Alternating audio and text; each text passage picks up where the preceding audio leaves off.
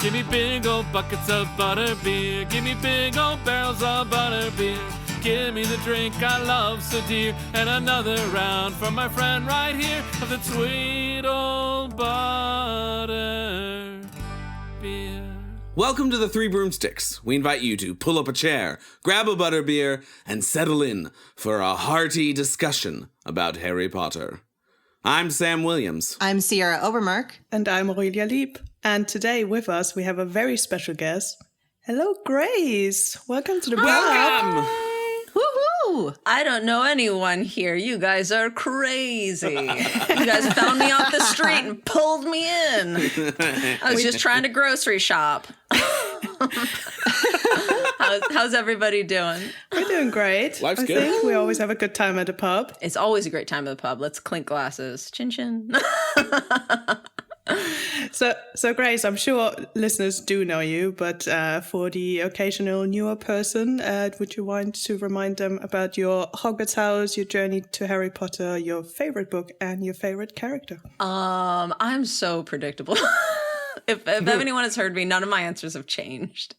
Well, that's good. Consistency. So feel free to go and get a drink or a snack while I talk about this for a hot second if you already know me. Hogwarts house, Slytherin. I jumped between a lot of houses in the beginning, especially when I was young. I was usually like a Gryffindor, which is very cute and very sweet, but Slytherin now that I'm old and crotchety about the world. My journey to Potter, like the same thing as pretty much everybody's here. I just grew up with it. So it's important. It got me into studying literature and like piecing apart literature, which is one of my favorite things to do. One of my favorite things I've learned, and as a writer, what I've learned is that I like to take something that I love and piece apart what I love about it rather than what irks me about it, and sort of try to like, I guess, alchemize what I love into something that I would be happier to read, you know? Yeah, that makes sense. The fan fiction community has taught me to do that, which is, I think they're wonderful. They're incredible. You'll never hear me bashing fan fiction or fan art. Even if it's not my shtick, even if it's not my jam, like even if I don't ship it, you guys are wonderful. My favorite book, I'm doing this rapid fire, Chamber of Secrets. I feel like that's a rare one. Like nobody likes Chamber of Secrets. I love Chamber of Secrets. I feel like it's the best of the Harry Potter series all boiled down into what I love most, which is like horror, mystery, and cutesy magical themes. Very fun. You get Gilderoy Lockhart's Valentine's, plus you get Ginny strangling chickens. Yes, this is what I'm talking. Like this is a little off topic. If you ever wanted to like really tell a horror story, Chamber of Secrets from Ginny's point of view It's fascinating. would be so fascinating as a horror game. If you played it as a horror video game, just like losing blips of time and then finding blood dripping, like that is such a horror game concept. It's so good. Yeah. Totally. Anyway, yeah. That actually leads me to my favorite character. It's Tom Riddle or Lord Voldemort, whatever you guys want. Whatever you'd like to say more. Very telling. I call him Elvis because I read the French copies. So okay, well, I'm glad that I should have gone with Elvis for for the character study that I did. Sure. Yeah, I feel like it would have been very clear if I would have used Elvis rather than Tom. Rather than Tom? And it definitely wouldn't have brought up anyone else in mind. No, I don't. There's never been a historical figure named Elvis. Now, just to be clear, your favorite character is Lord Voldemort because you totally agree with everything that he's about, right? That is actually true. Can you imagine?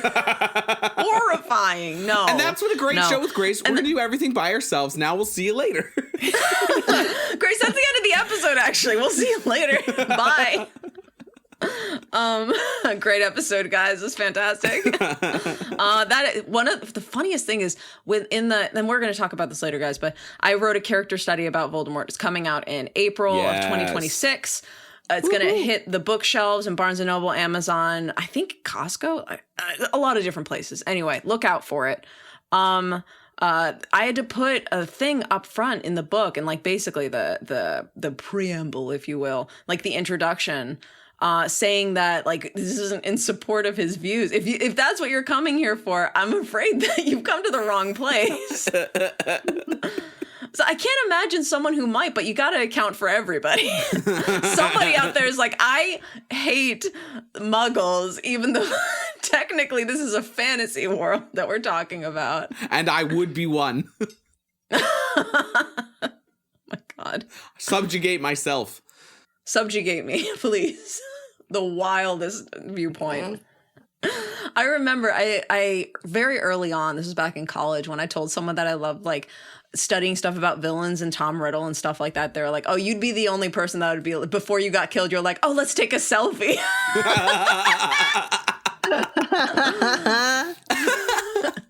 Yes, I guess so. That's really funny. Maybe if you ever read Ralph Fiennes, you can count that as your selfie before murder. Oh my God, that would be so fun. Did you ever, okay, this is off topic too. Did you ever hear that he lived in the same building as, who's the dude that played Michael Gambon? Yeah. What? That they lived in a building together, know. but they couldn't let anyone else know that or else they'd be mobbed by Harry Potter fans. That's It's really like the funny. same building in New York. That's- They both had a flat there. Is insane to me. That's awesome. That's so funny. I love that. Ah, rich people. I know. Okay. So for today's episode, episode number 72, we've gathered to discuss chapter 15, which is also the 15th chapter of the Harry Potter series. Of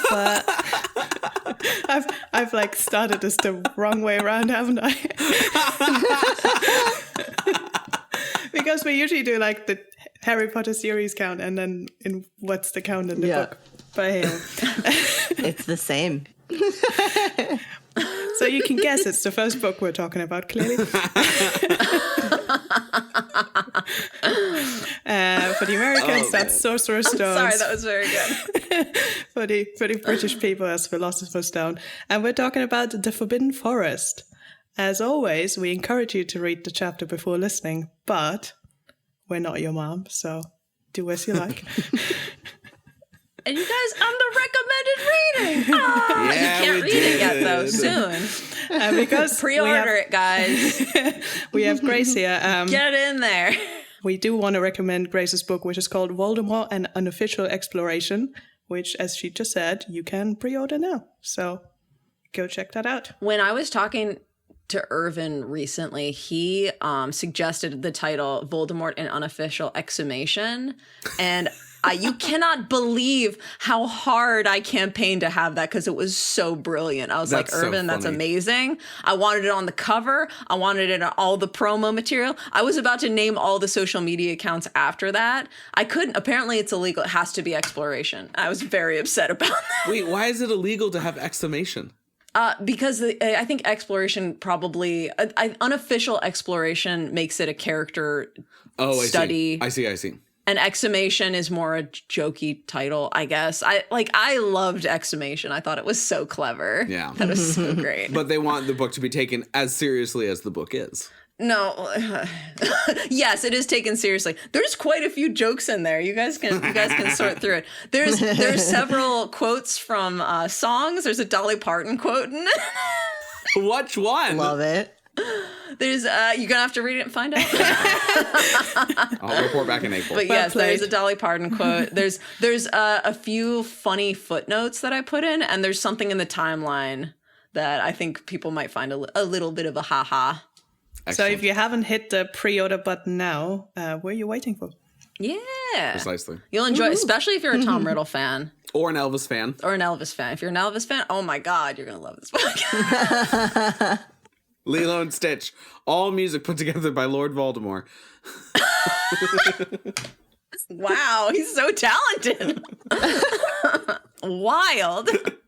So, Grace, how long did it take you to write the book? What was the process like?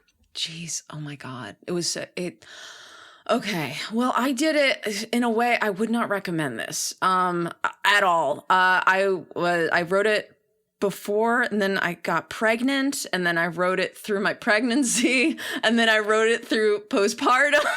Wow.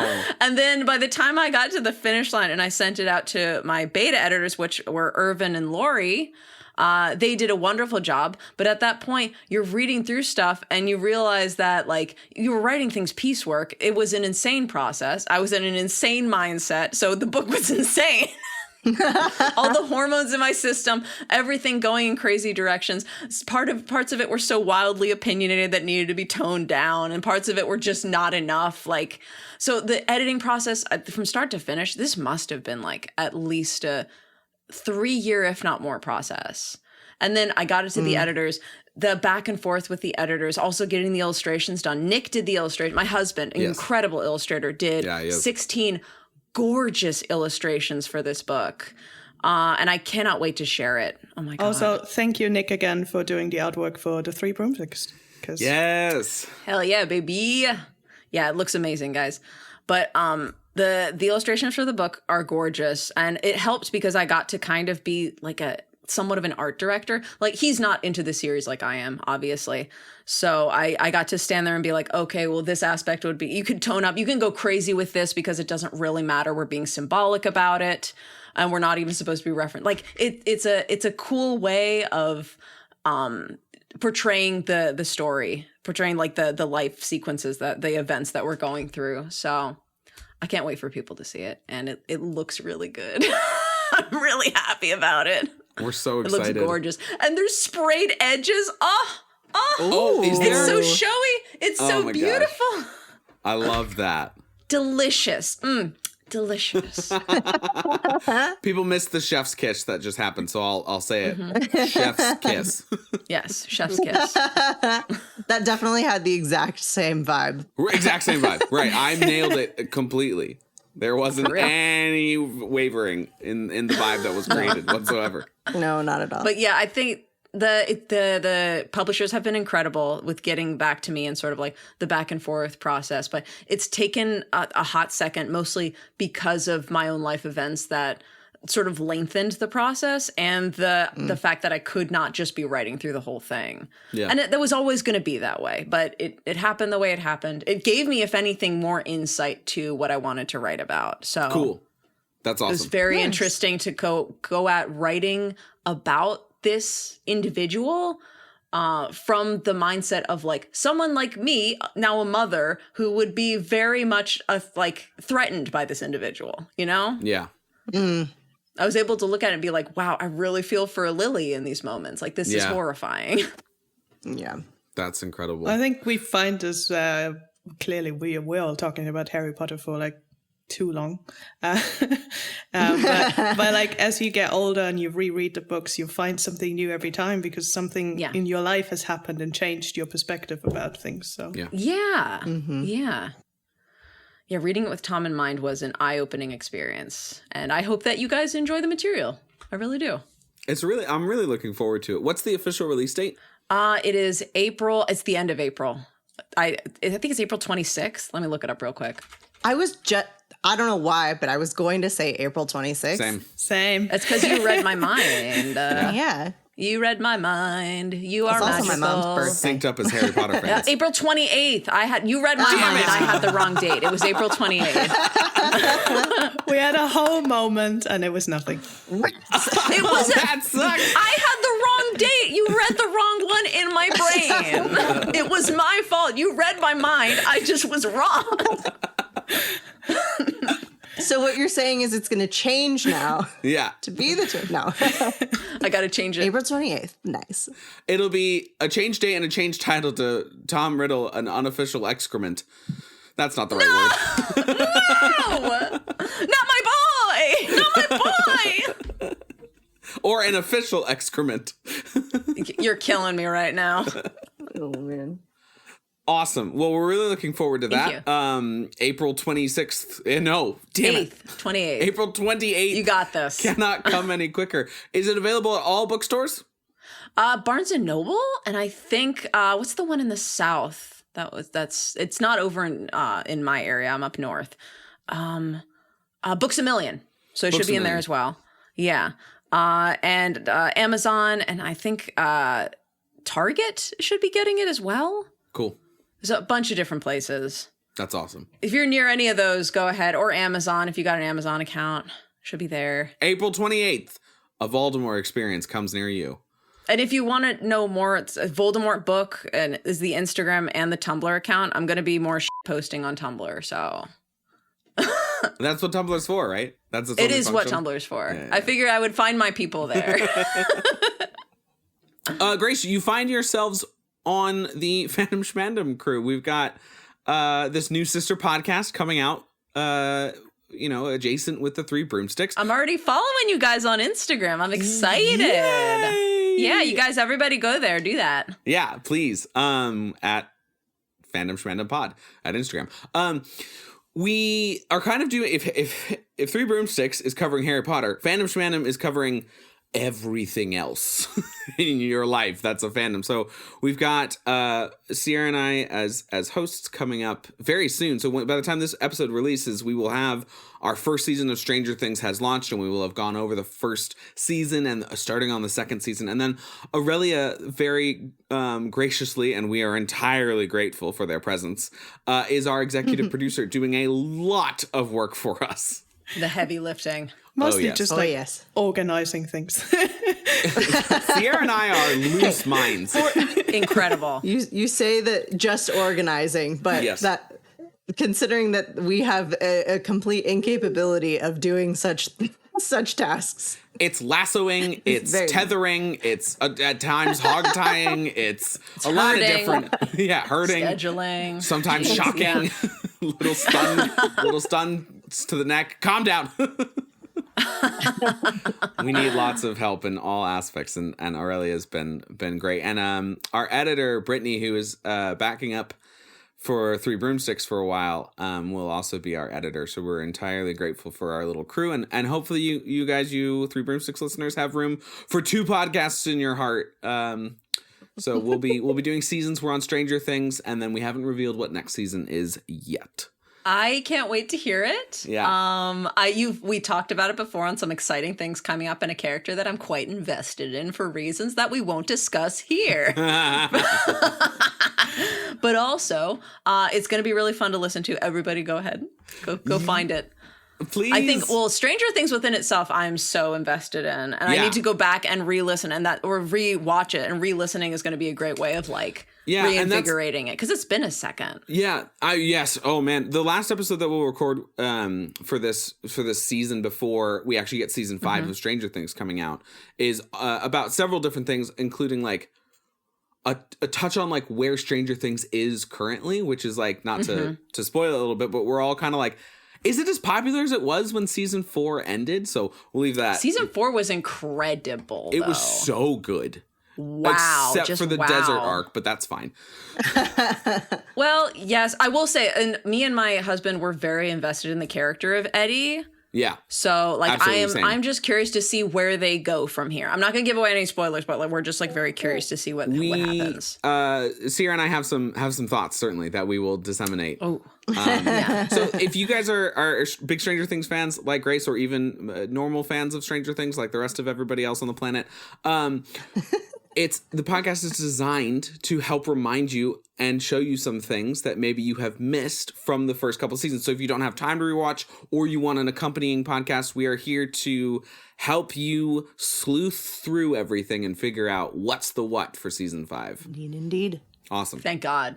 Because I feel like if it's not Harry Potter, not to be one of those real weirdos, but I'm a Harry Potter academic. If it's outside of that, unless it's D&D, you're not gonna get me knowing every detail of it. It's so rare. I'm gonna pick out a Lord of the Rings character, even though I love Lord of the Rings. I'm not gonna remember the character names unless they're hot like Thranduil, unless I can ship them with someone, okay? You can't remember Lord of the Rings names, but you pulled out one of the most obscure characters. So you're look at Brodo, But he's hot, and there's Lamwise, okay? and here's Luke Pace Fandolf. does a fabulous job making this elf as hot as possible, okay? I was gonna as say, hot and as gay as ever. I was gonna say it's a great pull until you remember that it's Lee Pace, and then it's that just tracks. I need somebody to create a Lord of the Rings podcast where the tagline is "as hot as gay as ever." A huge thank you to Carolina Oberlander over on our Patreon, who bought us this round of drinks at the pub. Thank you.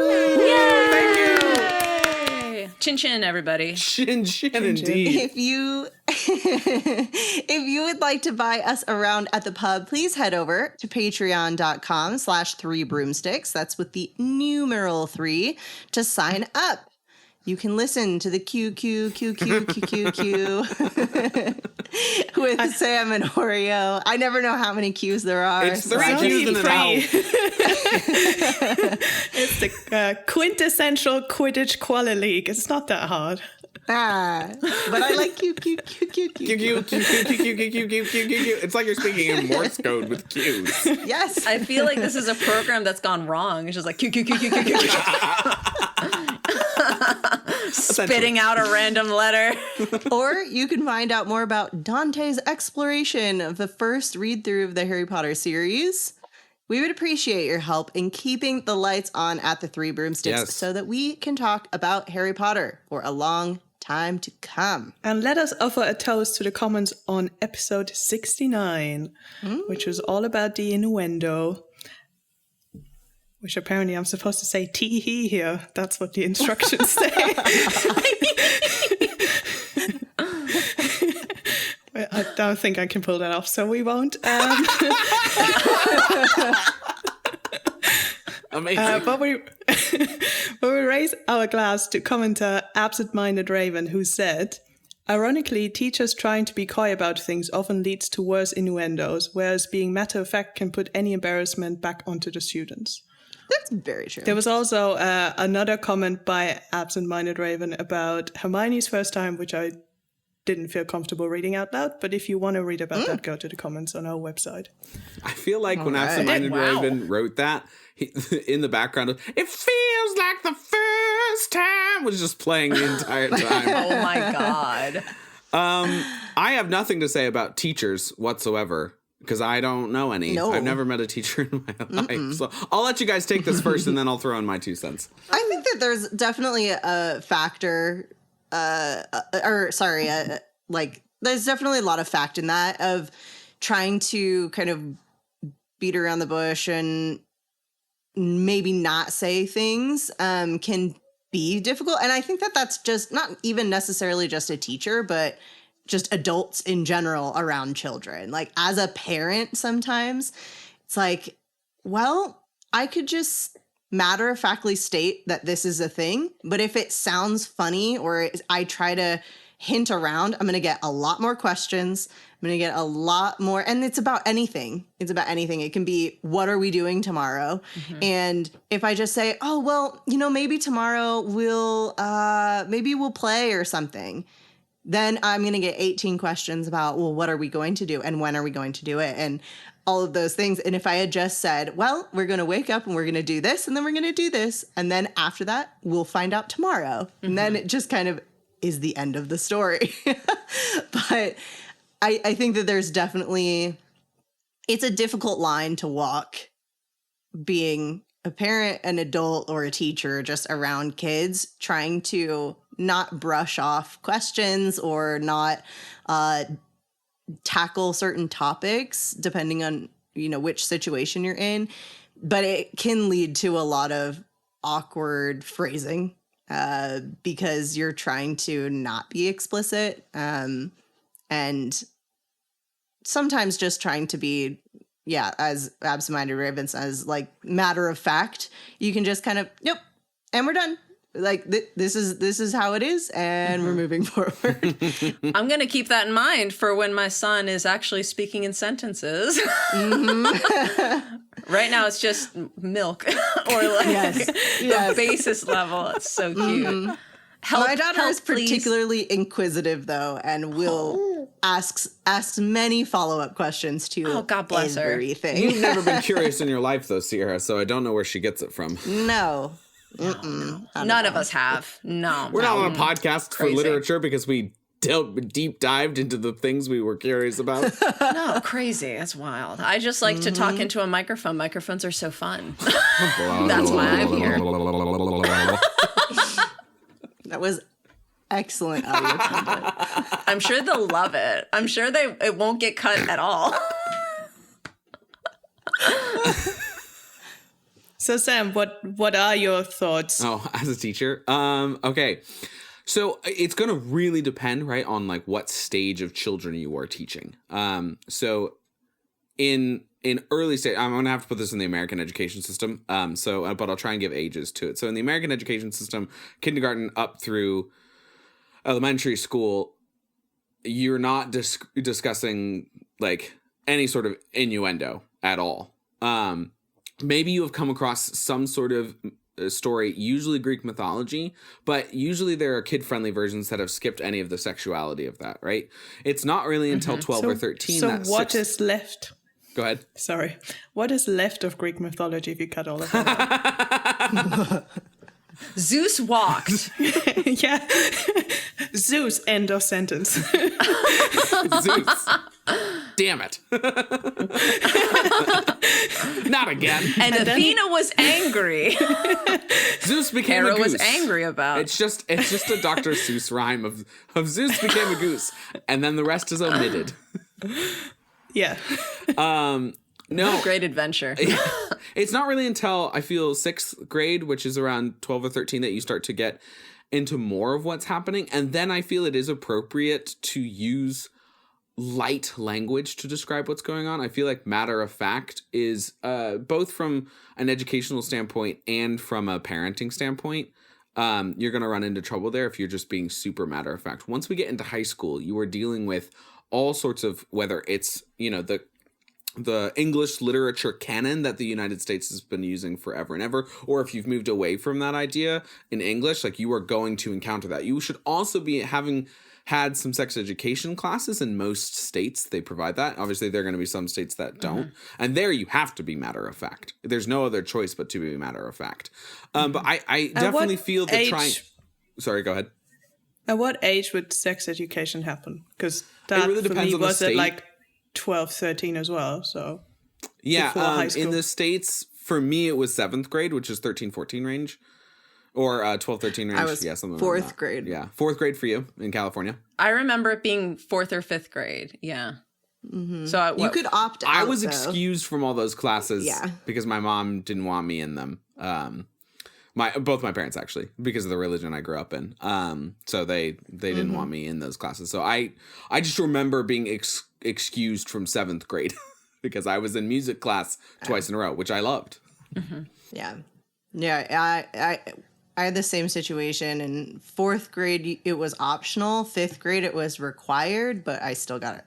But I do feel I agree with this comment from Absent Minded Raiden about being matter of fact. Once we hit like 14, 15, 16, 17, 18, earlier than that, I feel is either inappropriate for the little ones or is needed to help introduce these ideas into the first place as students are coming to understand them. Yeah, I think when I'm thinking of matter of fact, it's not being like very explicit or like diving too deep, but I think that there's a way to be matter of fact for the age group that you're dealing with.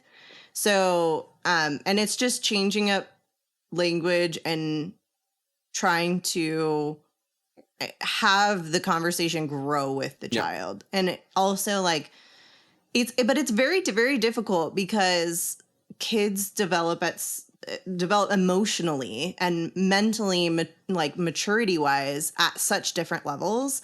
And so you could have the exact same conversation with, an 8-year-old that another kid you might not feel comfortable having until they're 16.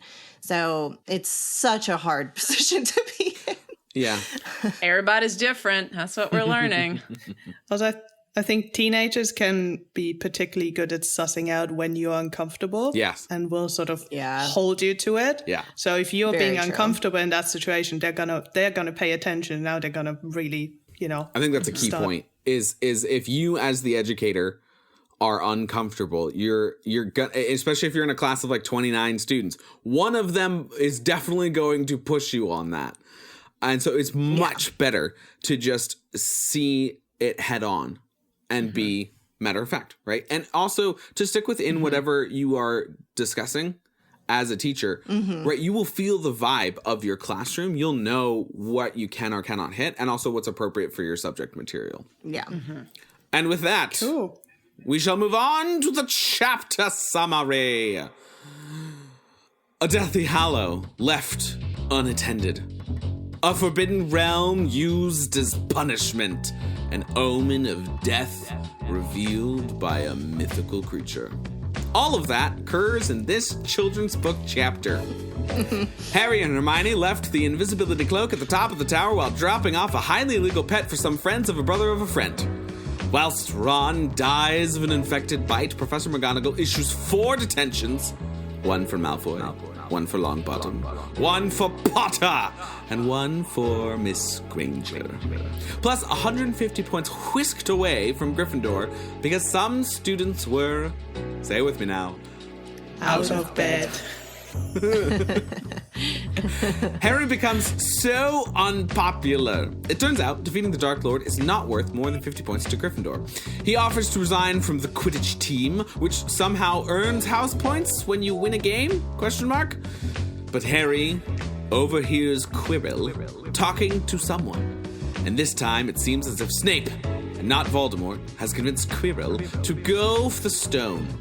Hermione suggests telling Jonathan Dumbledore, and Harry quashes that because he doesn't trust adults, which really does track for a character. He doesn't trust specifically Jonathan Lithgow. That's the one, actually. Yeah. I don't trust that you'll be alive through this whole show. Oh my God. In all seriousness, I hope John Lithgow is alive. I'm not praying on his downfall. Okay, here we go. Harry quashes telling Dumbledore because he doesn't trust adults, which really does track for a character abused by adults all of his life previously. The detention occurs in the Forbidden Only When We Feel Like It forest, and while there are many things in the forest that could kill, eat, or chat politely with our crew, Hagrid has decided that his cowardly dog Fang is a good guard as anything out there. Hagrid sacrifices Neville to the wilds of the woods with Draco and Fang so he can hang out with Harry and Hermione. They run into centaurs who discuss the brightness of Mars, or Strimdale put, "Mars is bright tonight." It's a great centaur voice. But eventually, Hagrid does have to concede that Malfoy cannot work with Longbottom. Harry and Draco plunge into the darkness with a dog, and thankfully don't run into anything more dangerous than Quirrell in a cloak and Voldy stuck in the back of his head. Fwiends, a centaur, saves Harry and gets told off by other centaurs for letting Harry ride on his back like a common mule.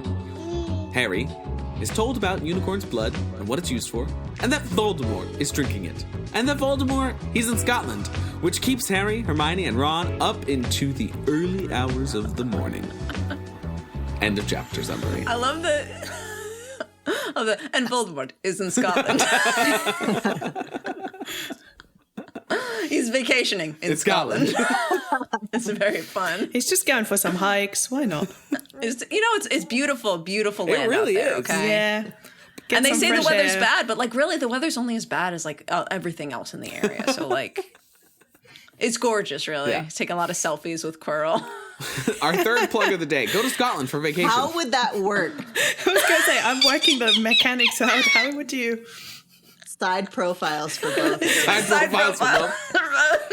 He's got a visor on instead of a hood.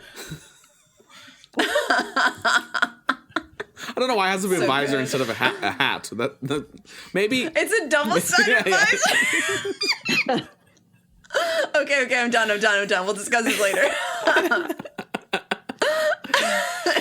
For more about Voldemort and his use of double-sided hats, please see Grace's book, April 28th. I've got a whole chapter on it, guys. Just go find it. The hat chapter's legendary. Plus illustrations. Yes, plus illustrations. Oh my God, it's diagrams as to how they put it together. Like Da Vinci diagrams of all the limbs. It's just all the different positions you could do for a double-sided hat. I mean, it is the 90s. Double-sided hats were in vogue at the time. True. Oh my God. Oh, man. All right, well, starting with this chapter is McGonagall's punishment. I have a question before we go fully into the punishment. I find it a bit unbelievable that they forget the cloak, because I could see in the spirit, the moment of excitement, you just walk off, but after surely a minute or two you'll be like, wait, hang on, and you go back, even as 11, 12-year-old kids, especially Hermione. So I'm like, this feels like early book thing where like this needs to be the plot because we need to get these kids into the forest, which also is probably wild. This is the wildest punishment ever. Because wow. Wow, yeah.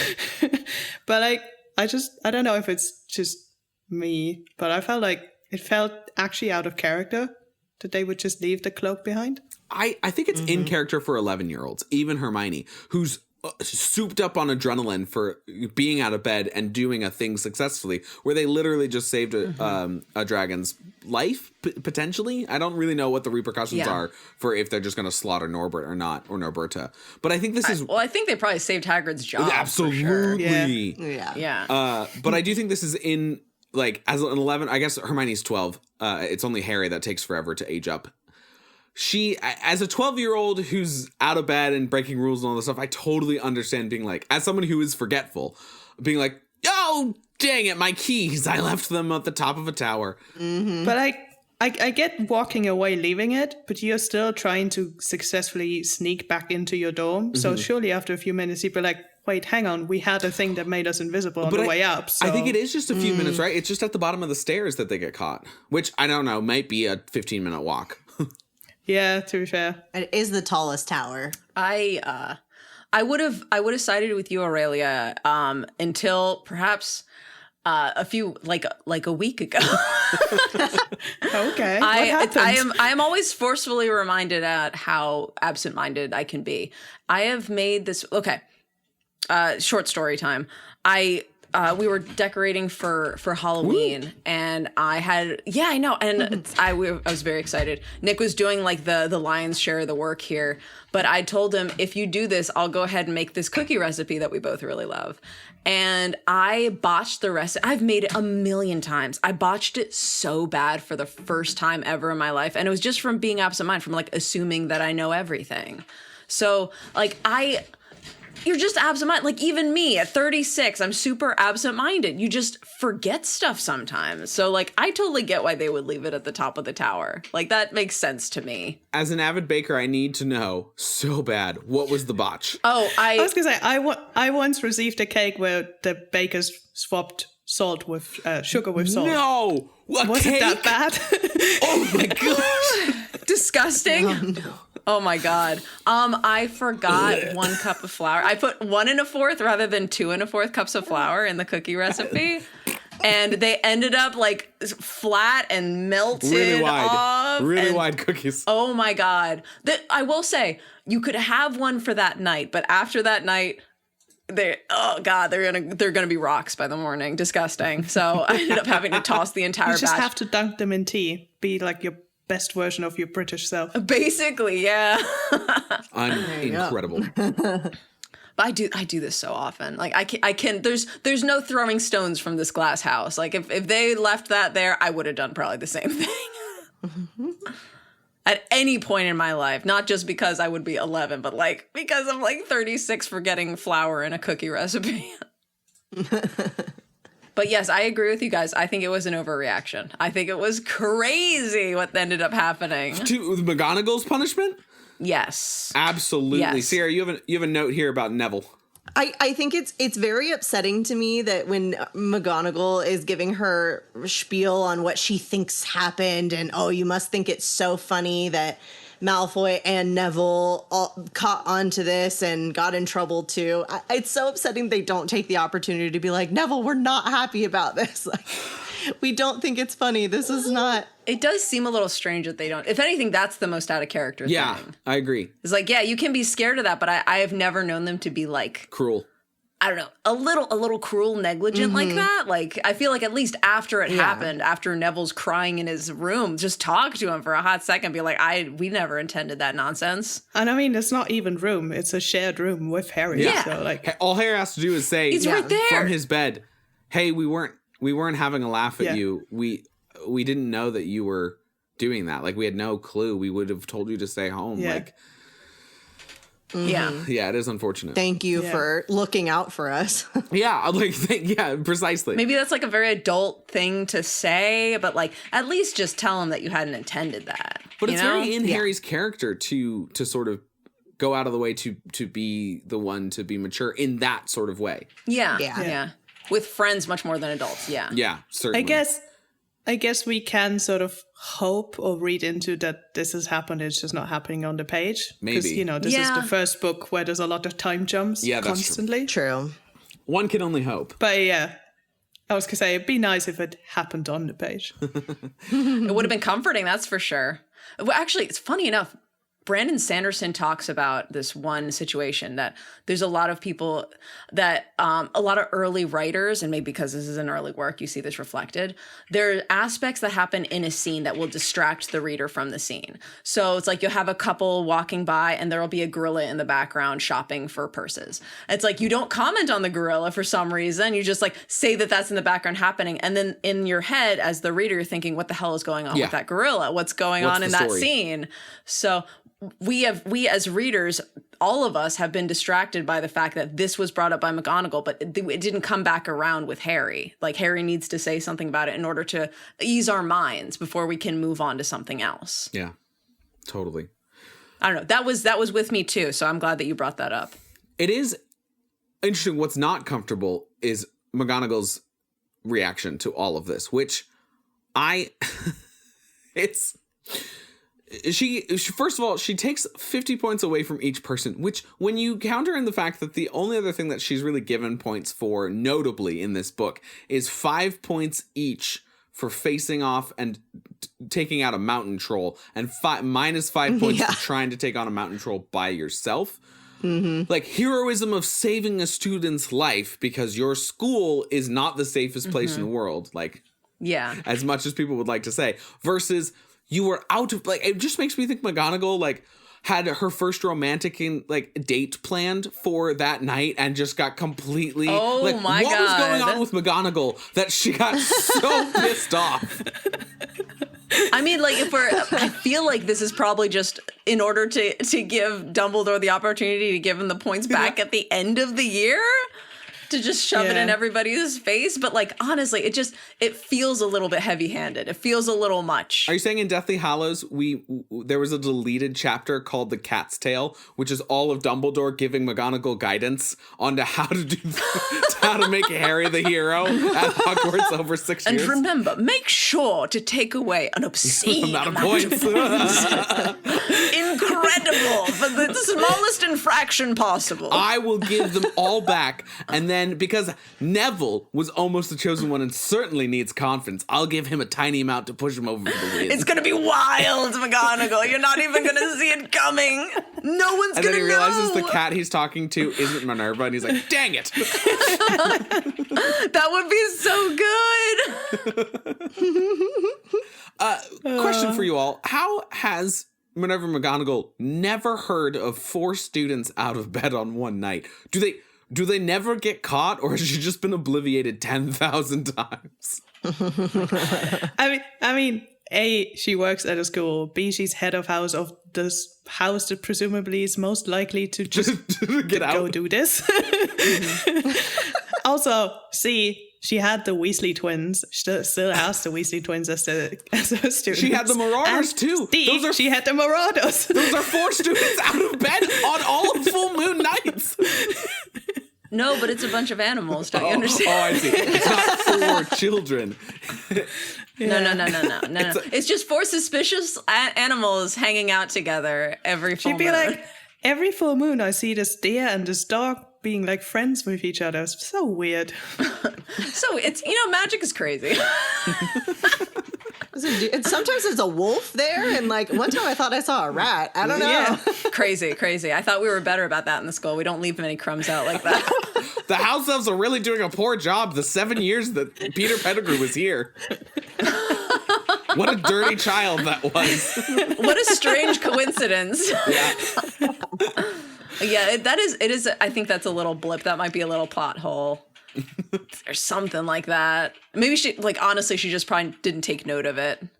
She just doesn't remember. Probably. I think it is definitely this is a book for an 11-year-old, a 10-year-old to read, and you're trying to give really big consequences to what feels like is a really big consequence to a small child. I think is a fair reading of why Rowling wrote it like that. But it does make for some really funny commentary on like, Yes. what? So the British public in general is just like, oh, our sleep is protect time. That's me time. That's the time that I have to go to sleep. I can have shenanigans up until hours.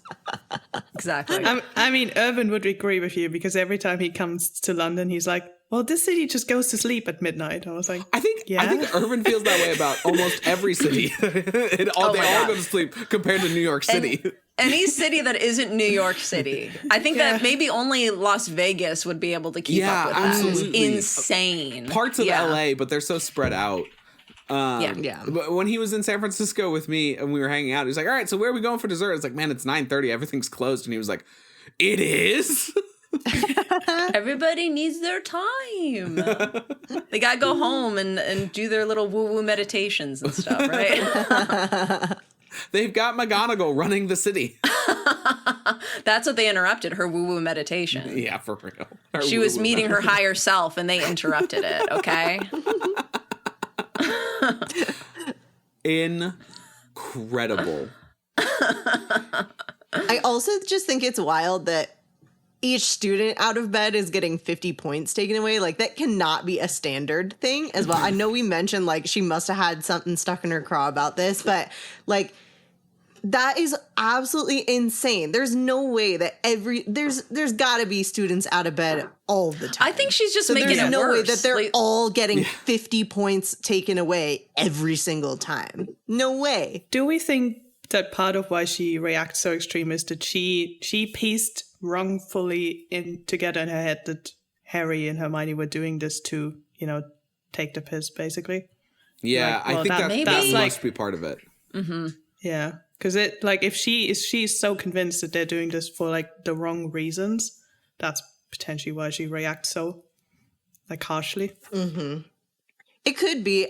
My new theory is that she just turned into McGallions and had a lot of money riding on Gryffindor winning the cup. Winning the House Cup. Okay, Grace, McGallions is a joke from, if you've ever listened to Binge Mode, they did a whole Harry Potter podcast on Binge Mode. They did several different fandoms. They did Game of Thrones. They did Harry Potter, Star that's Wars. fun. And McGallions is this idea, this theory that came out of, and the nickname that came out of why McGonagall gives Harry a broomstick in his first year, and it's because she's such a sports gambler. She's addicted, and she's betting on Gryffindor to win, and that's why she buys Harry the broomstick. And so McGallions is this name that we call her too, about like, oh, she's betting on Gryffindor to win. So, and now she's just so pissed that they're doing anything to take it out that she's actually harming her own gambling self, or she's trying to sink the odds to go way down so that she can invest heavily.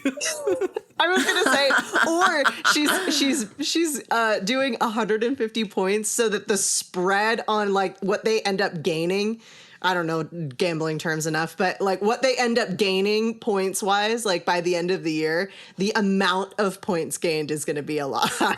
This is wild. So the cat's tail is actually the other way around. She is actually talking into Dumbledore's ear, being like, you should like really give them a lot of points at the end. Come on. Yeah, lots of points. They deserve lots of points. They went for the stone. Are you kidding? I mean, come on now. That's so good. So funny. The betting tales of Minerva McGonagall, a cat's tail. She has a problem. The betting tails, TAIL.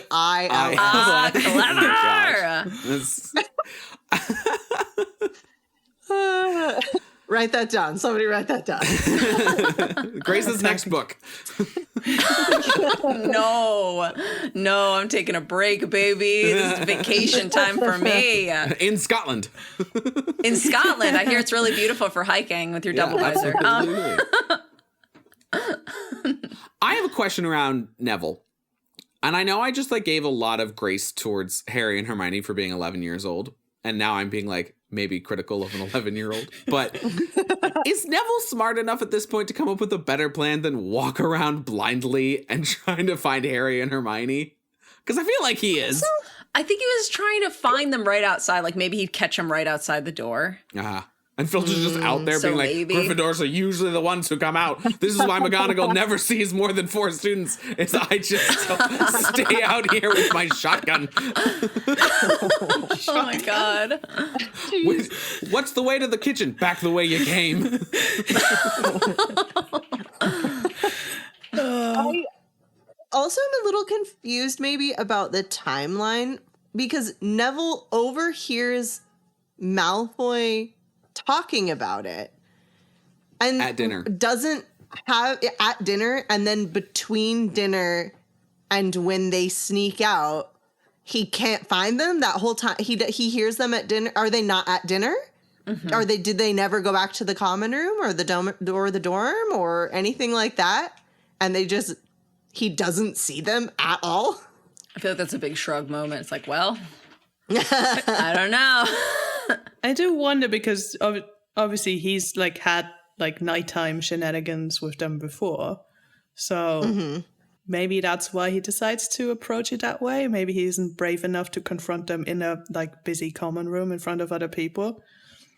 Maybe. But yeah, it is a wild plan to just be like, in this like giant castle where they could be anywhere, I'll just like walk around.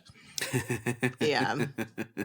I will say I made a mistake. It's not at dinner. All that it says in the text is Neville saying, I was trying to find you to warn you. I heard Malfoy saying he was going to catch you. He said you had a drag, and then he gets cut off by Harry going, no. And maybe that shake of the head is McGonagall really getting set on fire about what's going on. But so maybe Neville is just before bed, like out of bedtime, happens to be around Draco, which seems like a weird pull for Neville. Yeah.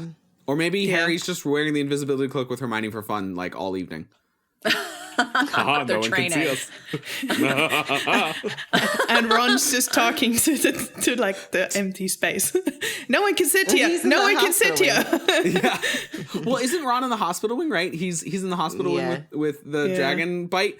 And I think it's funny if he's just like guessing at if they've come to visit him in the invisibility cloak. So at times he's just like talking to himself about all of his life problems and why the Mirror of Erised looks the way it does and how he's really considering his own self. And Madame Pomfrey's just in bed in her office being like, God, with this kid, shut up.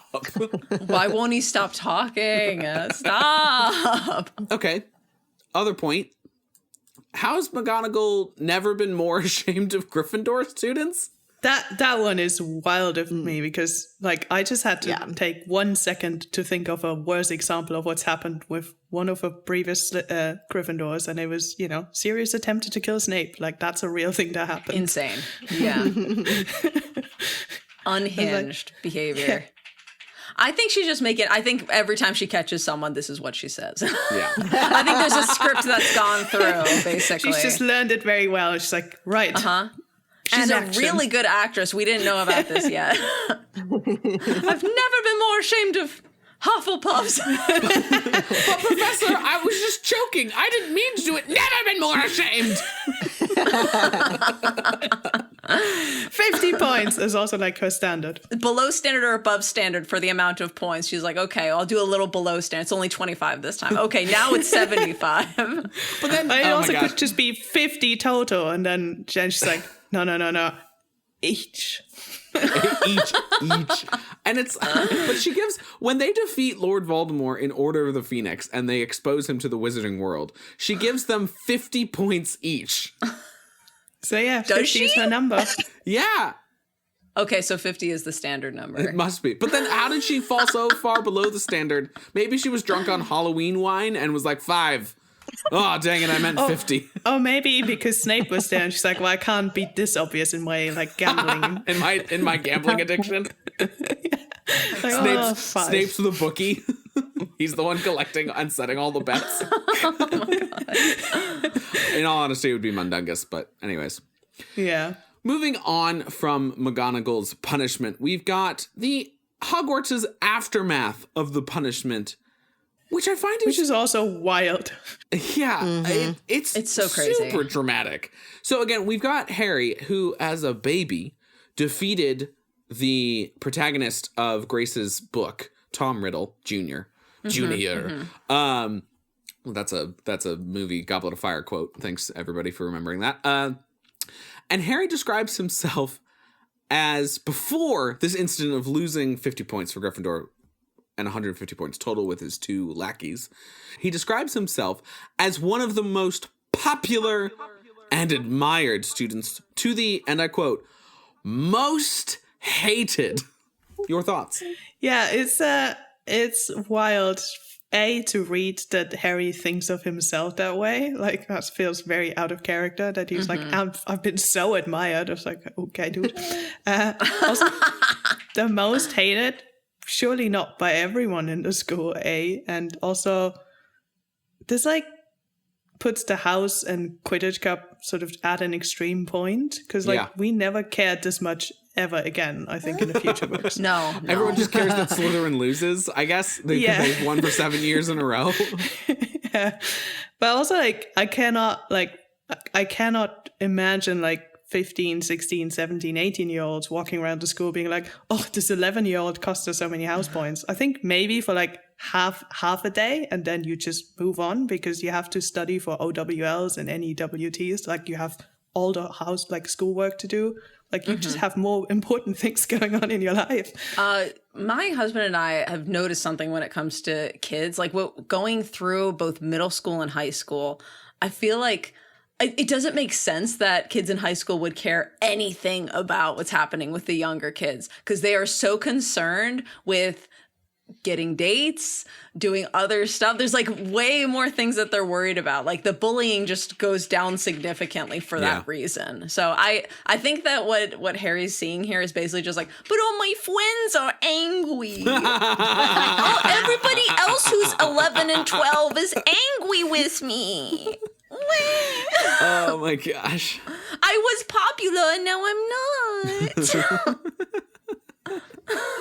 I think just because that's what he sees, it's his bubble right now. The older kids might as well be 35-year-olds, okay? Yeah, like he doesn't notice them, he doesn't know them. I don't know you. Do you even go here? Like that's him right now. And like the oldest student that he really interacts with is a 15-year-old, not a 17-year-old. It's Oliver Wood.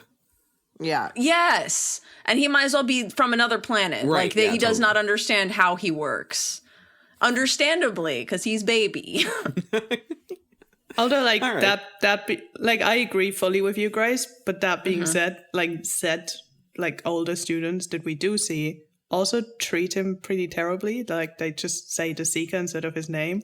I was like, that's weird. Considering also what we see, like, literally the next book, your favorite book, where, like, Fred and George are, like, you know, actually going out of the way of, like, making sure Harry doesn't get as much, like, shunned as he possibly could. I think losing house points and attacking students are like... Yes. There's a reason why the kids are scared of him in the second book, and it's because they think they're next on the chopping block. Like, that's a whole different set of circumstances. True, but, like, it's still weird that, like, 6 of them collectively decided to be this rude to, like, a 11-year-old. That's so bonkers to me. That's so wild. Yeah.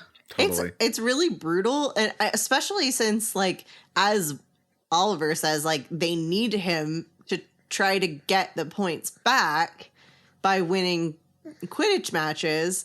So, like, what if you want him to stick around and help, you probably should be nice. I know. It's really weird. Also, like, 2 of these people are Fred and George, who have done lots of things and lost lots of points. Like, overall, like, maybe not 150 all at once or whatever, but over the course of, like, a month, I'm sure. They probably like, lost several thousand at that point. Like, yeah, so, like, how is this so crazy? But in increments of 45.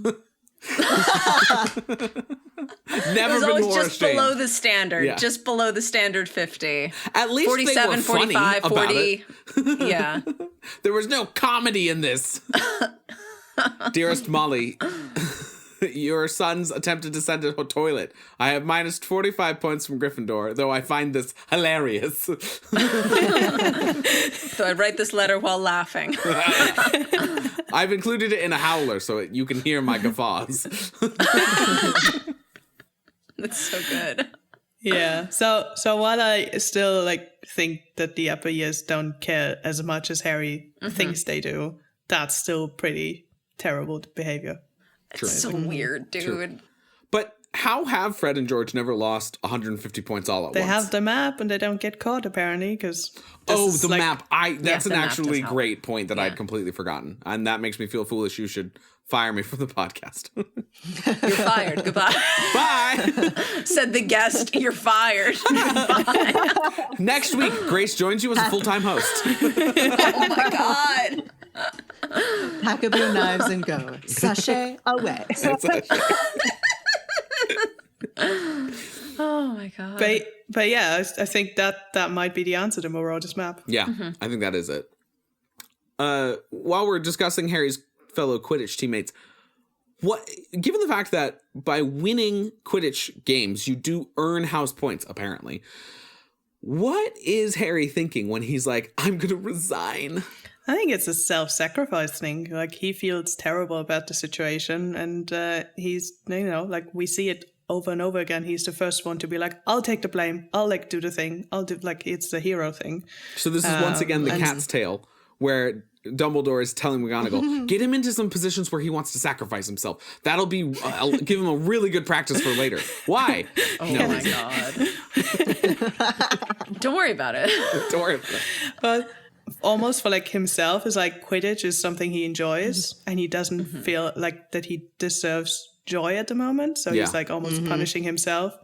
Because, Yeah, for and sure. presumably because of the Dursleys, stellar raising of him, that he thinks he's not allowed to have fun things. And also, on top of that, it's going to be really hard to work with a team that only calls you the Seeker. That's really weird. It's like, maybe he's like, they'll find someone that they like better, which, that sucks. That sucks Cormac so bad. McLagan He's is just a a student. baby. Yeah. Oh yeah, true. But then, like, I'm not to turn this into the Q. Yes, our fantasy Quidditch league. You can find it on Patreon. How, like, the Seeker presumably doesn't play a big role in, like, strategic The actual strategy of the flying team, stuff. right? Yeah. Because, like, the Seeker's just like, no, you just have the one job and then you stay out of everything else. So, like, presumably they don't even have to talk that much to him, because if they run plays for the chasers or whatever, like, it's not going to impact Harry, is it? Wood is cursing the snitch to just fly way above everybody else. Yeah, stay away. It does make me wonder, like, what Harry actually does during Quidditch practices, because like they make it sound like it's a lot, they're doing so much some of these times, and they come back all muddy, and like all this crazy stuff is happening. But Also, like, how do they get muddy if they're in the air? Constant tackling each other off of brooms. yeah, I don't know. It just seems weird. Like, what is Harry? He's not like participating. He's just like. When they run the drill in Order of the Phoenix, they're all passing the quaffle to each other to warm up, which I think is wild, because only 3 of them need to do that. And I guess Ron needs to learn to catch. And remember, Ron is like constantly fuddling and fumbling and super embarrassed and all of that jazz. Yeah. You guys, I don't do sports. I don't know why they're doing any of what they do. You see, the general principle of it sorry. is you have to practice to get better at the thing that you do in a game. That's it in a nutshell. Mm-hmm. They could just chill in the common room instead. Spoken like a true Slytherin who hates sports. This is why I wasn't good at sports growing up, guys. I don't know if you can tell. Sierra and Aurelia are both like, we played soccer, the closest thing to Quidditch. Mm-hmm. Yeah. Hell yeah. The only difference is, like, there's one ball and everyone has the same goal, but Yeah. Yeah, totally. we didn't have the one person that had a different job to everyone else. Yeah. I did We play have a sports. secret- I just was never wildly good at it. Yeah. Totally. It would be funny if in soccer there was like a game being played in the stands where you have the 2 seekers trying to find each other to physically fight. Oh my God. And you earn 150 goals and you win the game, basically. Yeah. Yeah. But that's what That's it what feels this- like. Yeah, exactly. It's a boxing match at the same time as soccer. Honestly, we would watch. That's called hockey. Can you imagine? Oh my God. Could you imagine though, in the middle of a soccer match, they're like, and the Seekers found each other, and they just zoom into the crowd and they're just pummeling each other. And no one cares about the rest of the game anymore. Yeah, Everyone's just like, no, this is the thing now. Oh, incredible. So aside from the fun and not so fun things that are happening at school, Harry stumbles into another interesting moment with Quirrell because he overhears him talking to himself. And I have a question, mostly about Quirrell and how good he is at hiding Lord Voldemort at the back of his head. Why on earth is he doing this in a room with 2 entry points? Since presumably he has like an office and like living room like quarters or something where he could do this in like quiet and no one would overhear Actual him. private. Yes. I mean, it's like, this feels like so obvious a plot device that I was like, okay. I don't think anyone with like half a brain would do that if they're, having Voldemort at the back of their head. Yeah. I mean, the plot device is the logical answer. I will say, from the horror movie answer, in my mind, the answer is that these comments happen constantly, and he is coming to the point where he's unraveling to the point where he can't control where he's answering. So it's like he's kept up this act for a long time, but people are starting to complain that there's a smell around him. I think he's physically decomposing. I don't think he's in control completely. I think like he found a private place. He just needed somewhere where he could actually let out some of the steam and answer the comments that are coming in at all times. Because Tom is controlling. He's constantly saying that he's not measuring up. He's not living up to this expectation. And I think that he's breaking down. So yeah, that's what's going on in my mind. I think for plot device, it works really well. Yeah. It's also like, I like that, he's like halfway already going to that other door. And he's like, no. I'm in trouble. I should stay out of trouble. So like, he actually censors himself. Mm-hmm. That's actually really a good point. And also, good thought, Harry. Well done. Yeah. He's smart for once. Although, like, Dumbledore would want him to. That's true. For sure. Speaking of Dumbledore, why doesn't Harry listen to Hermione about going to Dumbledore about this information? Trauma! He doesn't trust adults. Like, it makes sense, He's only Why doesn't had he like trust adults? Who's ever belittled or made Harry feel lesser as an adult? I don't understand. You're right. It's crazy. Why wouldn't he just go tell an adult right now? Wild. That's crazy. I always think about I forget which book it's in, but Harry stops several steps up on the stairs because years of practice had taught him it was good to stay out of Uncle Vernon's length of arm, and how like as a kid I was like, oh, okay, and as an adult I was like, dear Lord, someone protect this baby. Yeah. Poor baby. He even says that when he talks to Hermione, it's like, we would have to admit to all the things we did on the way to finding out the situation, like what we know. Mm-hmm. And he's already in trouble with McGonagall, who's like clearly very upset that he was out of bed, while he was supposed to be sleeping. So he can't take another 50 points deducted for going another to increment Dumbledore. of 50 off the house. Another standard. Dumbledore raises up in the air with Phoenix fire behind him. My standard is 5,000. Get on my level. You shall not pass any of your classes. Detention with Filch happens later in this chapter, where Harry gets a lovely polite note from McGonagall informing them, when is detention? Aurelia, when is it? Well, I was going to say, not only later in the chapter, very late in the day, because it starts at 11 p.m. Mm-hmm. And I'm pretty sure like the curfew is like 8 p.m. or something. So I was like, why on earth is this a good idea? And also, why would you like sign off on punishment as like go in the forest with Hagrid? Like, question number 1. Question number 2, why would you send 11-year-olds to like know 2 spells? I know like Harry built a career out on this, but like... And then also, presumably, if the point is to go while it's dark, this is Scotland in winter. It's been dark since like 5 p.m., if not 4 p.m. So like you could have just gone earlier. That's such a good point. True, yeah. Oh my God. I also would like to point out that they're in trouble for being out of bed after hours. So their punishment is to be out of bed after hours. So wild. Insane. This is unhinged. I don't think that there's anyone coming back to this book and reading that punishment and being like, well, that makes sense. Right. No. It's just on every level, it's just so crazy. It's so wild. It is interesting. And one of the reasons why Sorcerer's Stone keeps kind of falling down on my ranks, again, it's a Harry Potter book. I love it entirely.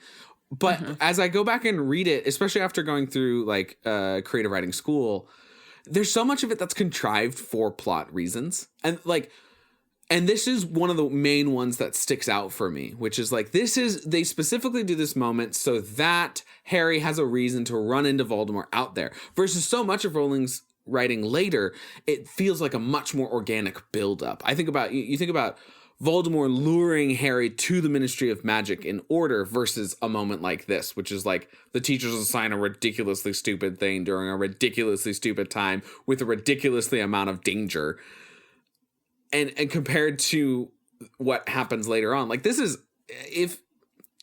Hagrid knows there are Acromantula in the forest. Yes. And he lets Draco and Neville and Fang go off. And maybe he's like, Fang will definitely not let them go near the spiders. But like, what if Aragog's, one of his children, is like out on a night stroll and is like, oh, cool, meat. Yeah, food. A little nightcap, you know? Yeah. Even if we want to all want to pretend to be Irvin and read the worst, like, terrible intentions into Hagrid, McGonagall signed off on this punishment. Right. Everybody did, yeah. Presumably. Yeah. Presumably even Snape signed off on this because Malfoy is getting this detention. Yeah. Mm-hmm. It does lend to the theory that most people have that Dumbledore is constantly trying to test Harry's abilities to see if he's going to be ready to face Voldemort whenever he comes back to full power, and that's why he sets up a gauntlet. And that's for Harry, it's not for an adult, because he thinks the Mirror of Erised will defeat anybody who actually doesn't want it. So let's have all of these other little fun things. And he's then not wrong either, right? He's not. And then Dumbledore goes and fixes this detention so that Harry has an ability to go and find Voldemort. I see how this works. Yeah. So Dumbledore agrees to McGonagall being like, I'm going to take away lots of points now, but you'll give them back later. And Dumbledore's like, yes, but you have to do this detention then. That's how it's working. This is the trade-off that we're making. Yeah. I feel like it's almost giving, like, it's almost too mastermind. Like, I understand that Dumbledore's supposed to be this mastermind.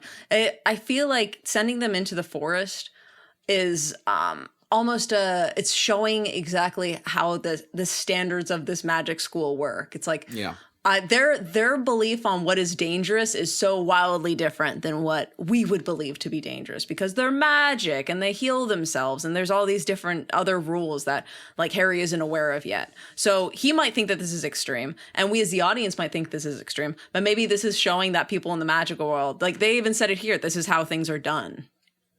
It's just another standard. Speaking of how things were done, this is apparently a light punishment to Filch. Yeah. Who, and I quote, says, "Oh, yes. Hard work and pain are the best teachers, if you ask me. It's just a pity they let the old punishments die out. Hang you by your wrists from the ceilings for a few days. I've got the chains still in my office. Keep 'em well oiled in case they're ever needed. Right, off we go, and don't think of running off now. It'll be worse for you if you do." But will it? Like, what is he gonna do? He doesn't have magic. If they run off, what is he gonna do? He's actually run off before them? and had his leg replaced by magic. This is complete off the dome nonsense headcanon. I know that the caretakers are positions that are like continually filled and whatnot. In my brain, I'd love it if Filch was like another poltergeist, but no one knows it. Oh, fun. And it's just two poltergeists against each other in this castle for eternity. Just like the one that hates the students, going after students, the one that loves the students, both of them causing havoc in their own specific ways.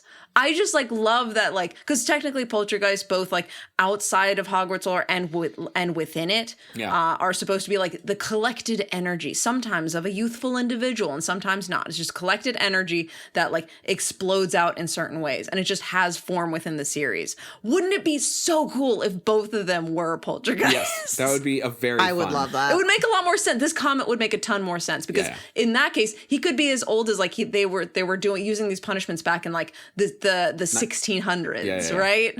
Before we like know more about how old Filch may or may not be and that he doesn't have magic and all of that, I definitely like had in my head that this was like he was really old, like really old. Like that would make so much more old. sense. Yeah. I don't know. Because how common is the like when were they using chains? Like that's a legitimate like prison Torture method? Torture. Yes. Like, at what point did they stop? Before they had Dementors in the North Sea, they had the no safer place to keep prisoners in the dungeons of Hogwarts. It was the prison and the school. Wow. I wouldn't put How it past accomplished. them. I know, versatile. absolutely. 1600s, Hogwarts. It's in Scotland. It's a wild place. Send your kids and your prisoners. Send your kids when they're 11. Send your kids when they're 81. Oh, God. Jeez. Also, what a lore drop about just the way that Hogwarts used to punish. And Sierra, to answer your question, it might not have been that far, away. Like in the state that I live in and you grew up in California, like capital punishment wasn't illegal until the late 70s, I don't think. Well, yeah, but that's what I'm saying is like, so because Molly and Arthur have a different caretaker, but it seems like Filch knew the Marauders. Mm-hmm. So somewhere in the 70s, he took over. Mm-hmm. So it's like not that long ago. Mm-hmm. Arthur used to get shackled up. And not by Molly. That's a joke. Sorry. My apologies to everybody. Hey. So, Filch. Oh my gosh, Grace, hello. Do you want to read this one, Grace? Do I? No, it's Oh, okay. Yeah. Okay, let me get my best Filch voice here. That's your problem, isn't it? Said Filch, his voice cracking with glee. Should have thought of them werewolves before you got in trouble, shouldn't you? So this is first of all so great good. reading. Second of all, this is to Malfoy, who's like, but aren't there werewolves in there? And then he says this wild line, and to me, I'm thinking, no. They shouldn't be thinking about the werewolves because This is what brings everything into perspective here. I honestly think that he's lying during this whole thing. I don't think there were ever chains. I don't think they hung anybody up. I think he's just going off of like their worst fears and just saying things. he's just old man. The same thing as McGonagall being like, "This is the worst I have ever seen Yeah, Gryffindor house." Like, I actually don't believe that in a sec. I think that you saw way worse, but you're just telling these 11-year-olds this because you want them to feel very bad. I mean, he is true though. He saw a werewolf. He was there when the Marauders were in school, and also like when Umbridge is there, he's like, I'm getting like the corporal I'm getting the punishment chains. back. Like, Yeah, he does. yeah. And he I Also- don't know for sure though. It must have been before his time because I Certainly. can't see that used any time after Salazar. I think Salazar was like, these you don't chains know very are much dope. about We're medieval using history them then, daily. Grace. My God, the medieval torture methods for students is quite insane. Like God. in actual, so like at Oxford, at Cambridge, like there are all of these like, oh yeah, I mean like we used to like torture students if they would misbehave and stuff like that. And the 1500s and my the God. 1600s, like the punishment for people misbehaving is quite horrible at schools. That's what I'm saying. It around was the probably globe. back then, and he's Yeah. not that old. But not, he can't. but not post Salazar. Like that's 910. Like there's a lot of gap time in between. Maybe Salazar was really old when he died. You don't know. He left the school after making the Chamber of Secrets, so I feel like it was. He might have been really old when he did that. Like 450. So I you're don't know. saying, so you're saying that the founders were there until 1608, and then Yes. they created the chamber, and Yes, according you to can quote Hogwarts me on Legacy, this, the yes. secret broom closet as well, Yes. Okay, great. Yes, and yes. the scriptorium or whatever, Salazar's scriptorium. Honestly, the game is so much fun. I know how much extra canonical nonsense is in it, but I'm here for it. It's very fun. Did you listen to our interview with Adrian Ropp, the writer of the game? No. Yeah, Oh so my if you God, go- I need to. If you go back episodes from last year, Sierra and Irvin interviewed Adrian Ropp, the head writer, the lead story That's so fun. editor of Hogwarts Legacy. Yeah, it was really cool. Well, I'm a fan. It's a great time so It was far. great. It was great. But anyways, when Filch says this, you should have been thinking about them werewolves before you misbehaved. I'm sitting there being like, no, they shouldn't have, because werewolves biting and or eating students should not be on the table as a punishment. It is if you're a poltergeist. Yeah, that's true. That's true. Also, I'm gonna make this my new theory to hang my hat on. There's a ton of Tom stuff. The fact that that Fred Weasley is a psychopath, and also this poltergeist thing about Filch. Wouldn't that be dope? But isn't the one thing in Chamber of Secrets kind of defeating that theory? Him getting maybe his he doesn't letter? know he's a poltergeist. He doesn't know he's a poltergeist. Nope. It's Sixth Sense all over again. He's the reverse poltergeist. He doesn't actually know any magic. He just is formed of this horrible energy. Why do I have an Uno reverse card in my back pocket at all times? Oh my god. But also, to be clear, the werewolves that Filch and Malfoy are referring to are not the Remus werewolf. Or a human that turns into a werewolf. Rowling talks about this in an interview and on Pottermore, although I don't know that it's still up. So essentially, if werewolves mate together while they are in wolf form, the mother will birth two werewolf actual cubs that are highly, highly intelligent wolves. Actual wolves. Okay. Wow. And those are they have a home sanctioned by the Ministry of Magic in the Forbidden Forest, so that there can be these like protected magical wolf species away from Muggles, sort of dealio. That's the werewolves that are howling in there. That's crazy. This is like Khajiit status right now. What is this? Khajiit are a species of humanoid cat in the Elder Scrolls games, and but depending on like what time of year and what the moon is at and whatever when they are conceived, it could be anything from like essentially a human all the way to a house cat.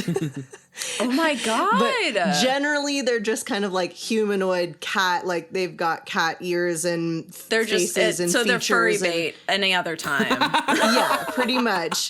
But like depending, you could end up with like literally a house cat or like closer to a The person. extreme scale of Khajiit, Or like I Khajiit think something to house almost cat. like lion status is in there too. So it's That's fantastic. like I love feels that. like this lore. Yeah, Right now. This Elder is Scrolls cool. lore for sure. Yeah.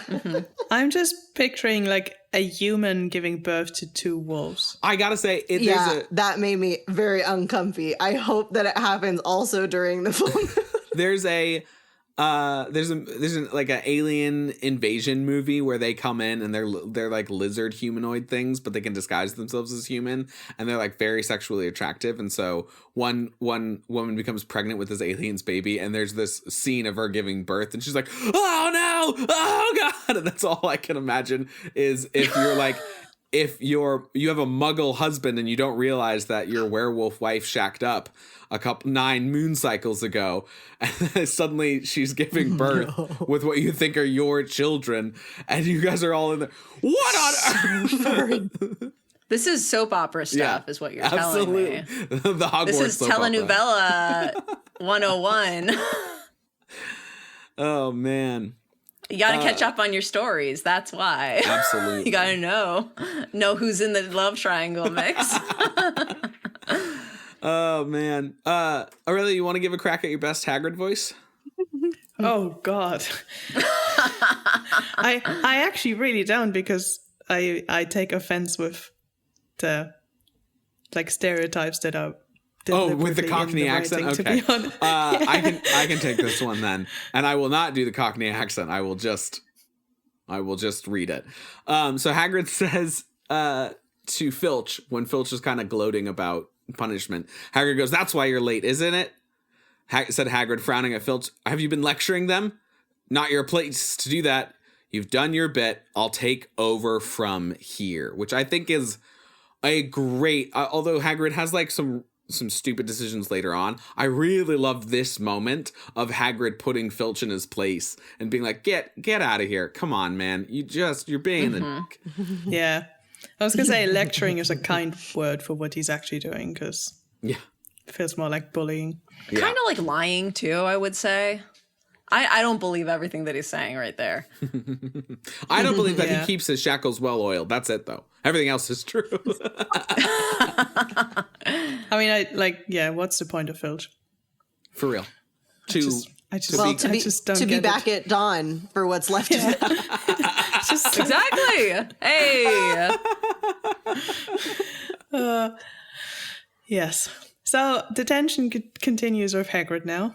Yeah, Hagrid shows just no remorse or mention or apology or anything for being the reason that they're in detention. Like, did he not That know? is strange. I never Yeah, me noted either. that. That's a great point. He Yeah. just like moves on. I mean, in the movie, this all happens in one night. And so they literally like leave Hagrid's hut, and then they're in trouble, and then they're back for detention. I'm sure the time is supposed to have passed, but it doesn't seem like it. It does not look like it in Yeah. the movie. Yeah. No. Yeah, it does not look like it at all. And then they're back immediately at Hagrid's hut, and Hagrid's already upset because Norbert's gone because Dumbledore sent him away, quote, quote, quote. So it's very confusing. And so, like, it's mentioned specifically there, but they're in trouble for being at his house there, too. Yeah. So, like, in either way, it's like, Hagrid, this is your fault. It's strange. It didn't even occur to me, but you are absolutely right. It's strange that he never touches on it. Yeah. You totally. know? Yeah. Not even a side. Yeah, he would have to take Hermione and Harry to the side and apologize to them, because he can't apologize. He does, though.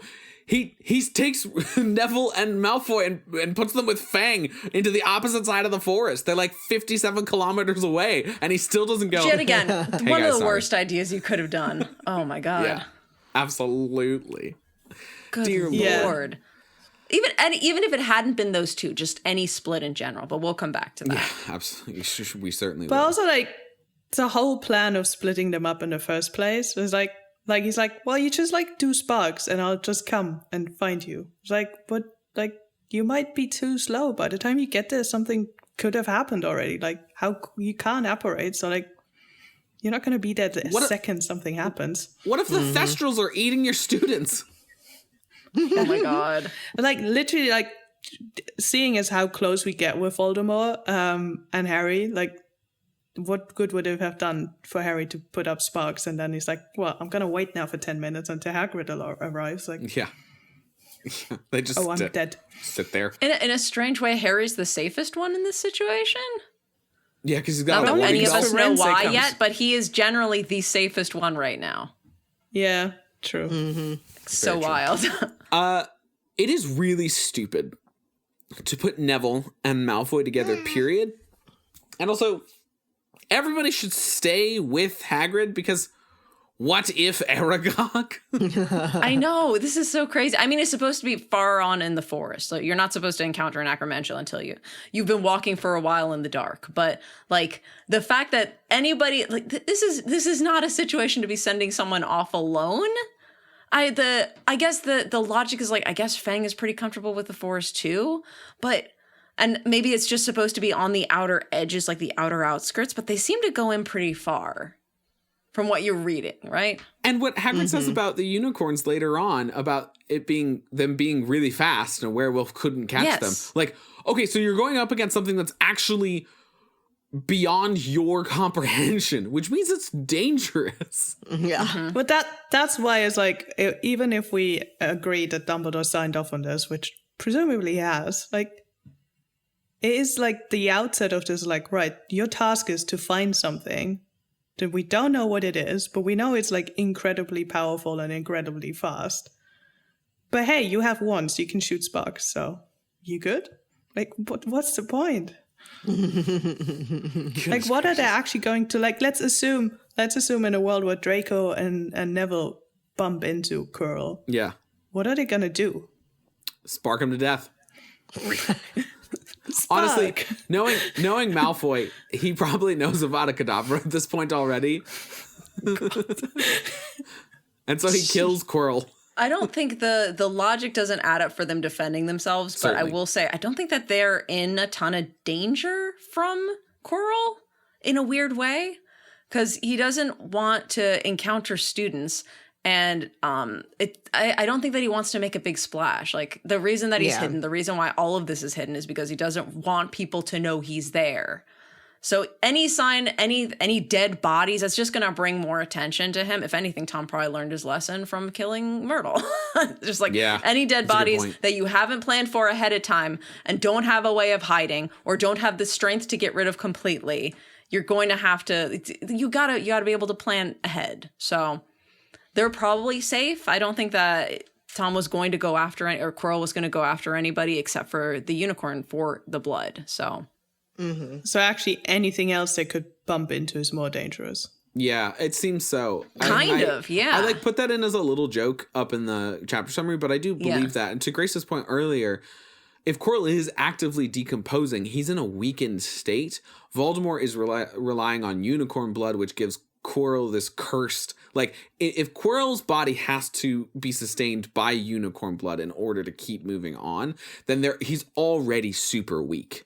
And I think that's not, like, Harry, I don't really understand why Quirrell faces off with Harry right here. If it's just Voldemort's pure fury driving him to try and kill this boy on the spot. But it seems like Malfoy doesn't get in any danger. It's not like Quirrell / Voldemort goes chasing after him. Fang's not in any danger. Mm-hmm. Voldemort doesn't know that Hermione's Muggle-born, so it's not like he's ready and willing to take out a wand and kill her. And then Hagrid's too much of a force, I think, at this point with his giant skin and with Quirrell's lack of oomph behind his spells because he is actively dying to be any threat. We don't really know how effective he is with spells, honestly. Like, he's pretty effective at the end of the book. He seems pretty well put together, but I would be willing to put money on the fact that his body isn't completely all there anymore. It's just because, as we know from later on when Tom describes the possession process, everyone dies eventually. Yeah. He needs to keep this one follower alive because he can trust his loyalty and he needs a body. Yeah. So then he doesn't have either of those in any of his other followers right now. So he can't trust his former family. He just needs this person to keep drinking this blood. And also, the Sorcerer's Stone might actually be to keep Quirrell immortal up until Tom can get a body back. Right. These are all these weird intricacies of, like, this background plan are they're secondary to the fact that, like, I don't think that Tom is at a point right now where he can just kill them all off and just have that be, like, treat everything as if he is a hammer and a nail. The nails are a problem to be solved, you know? Like, he can't do that yet. Your good friend Tom. my good buddy Tom. Sierra, do you want to try your best Malfoy voice? Oh, Lord Almighty. But this is servant stuff. It's not for students to do. I thought we'd be copying lines or something. If my father knew what I was doing this, he'd and then Hagrid tell you that's how it is at Hogwarts. Hagrid growled, copying lines. What good's that to anyone? You'll do something useful or you'll get out. If you think your father would rather you expelled, then get back off to the castle and pack. Go on. Okay, so first of all, Malfoy's worldview is disgusting. I don't like it.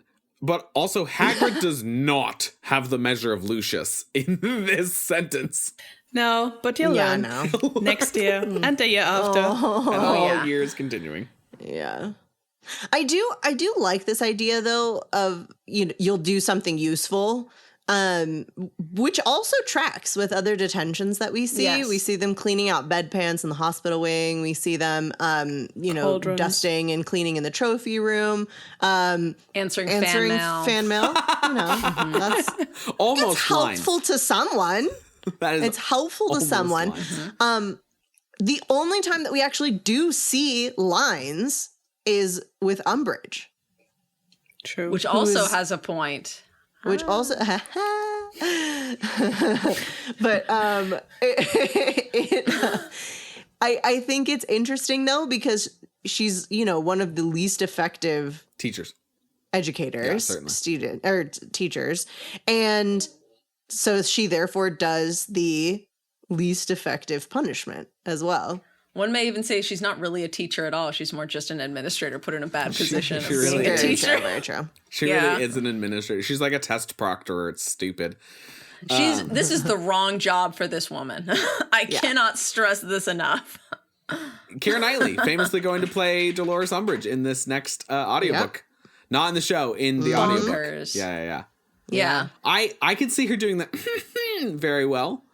But if you think about like Dolores Umbridge toad looking and Elizabeth Swann, Keira Knightley, very different people physically.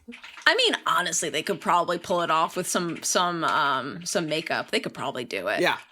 But also, it's audio, as Sierra said. Yeah. Imelda Staunton was the original actress, right? Yes. Who did Yes. Dolores. Incredible. Oh, my God. And she has this Amazing. very funny interview bit where she goes, you know, it's really interesting. Before, when this part was coming up, and it was rumored that I was going to be handed it, I had a lot of friends who, you know, she's described as being squat and short and toad-looking, and my friends would come up, oh, you'd be perfect for that part. Thank you. God. Wow. Yeah. Wow. I don't know that they're friends. Tell me how you really feel. Friends like those who needs enemies. Right. Hagrid then tells us what's going on in this chapter. He says, right then, now listen carefully, because it's dangerous what we're going to do tonight, and I don't want no one taking risks. So then why split up anyone? Crazy. I think the consequence of that sentence is, so let's go back up to the castle. Yeah. Let's actually do the lines that we were talking about before. Yeah. I mean, even aside from like how poorly chosen the teams are, like the idea of splitting them up, like they're a group of babies essentially. Yeah. Like, come on, you're gonna send babies off alone in the forest? Like, just go together. What are they gonna find that they can handle? Like, they're gonna need to be Nothing. there the whole time. Like, you're gonna need the big giant man with you. Okay. Yeah, totally. Harry then asks, could a werewolf be killing the unicorns? Harry asked. Not fast enough, said Hagrid. It's not easy to catch a unicorn. They're powerfully magical creatures. I never knew one to be hurt before. Cool bit of lore drop there in terms of what unicorns are like. But then Aurelia? I was going to say, it also emphasizes how strong Voldemort is, even while he is body sharing with Quirrell, because clearly this is quite a feat. So, Yeah. I mean, he might be flying. Like, Quirrell might be flying, and that's how he's so fast. yeah. Nobody knows Also- Tom can fly right now. But also, we learn during like one of Grubbly Plank's stints as the teacher that unicorns don't like men. So this is like an additional, obviously, like a hurdle to overcome, because she sends the boys back at the class and actually only lets the girls get close. Totally. So that's Totally. obviously another thing to consider. So well done, Hagrid, taking 3 boys with you. This is from the text. Hagrid seized Harry and Hermione and hoisted them off the path behind a towering oak. He pulled out an arrow and fitted it into his crossbow, raising it, ready to fire. The 3 of them listened. Something was slithering over dead leaves nearby. It sounded like a cloak, trailing along the ground. Hagrid was squinting up the dark path, but after a few seconds, the sound faded away. I knew it, he murmured. There's something in here that shouldn't be. A werewolf? Harry suggested. That wasn't no werewolf, and it wasn't no unicorn neither, said Hagrid grimly. Right, follow me, but careful now. Also, holy moly, what a very close call with Voldemort. Yeah. Mm-hmm. So next up, we run into some other magical creatures, and I just love that, he's like, he's a centaur, and Hermione's like, yeah, we noticed. So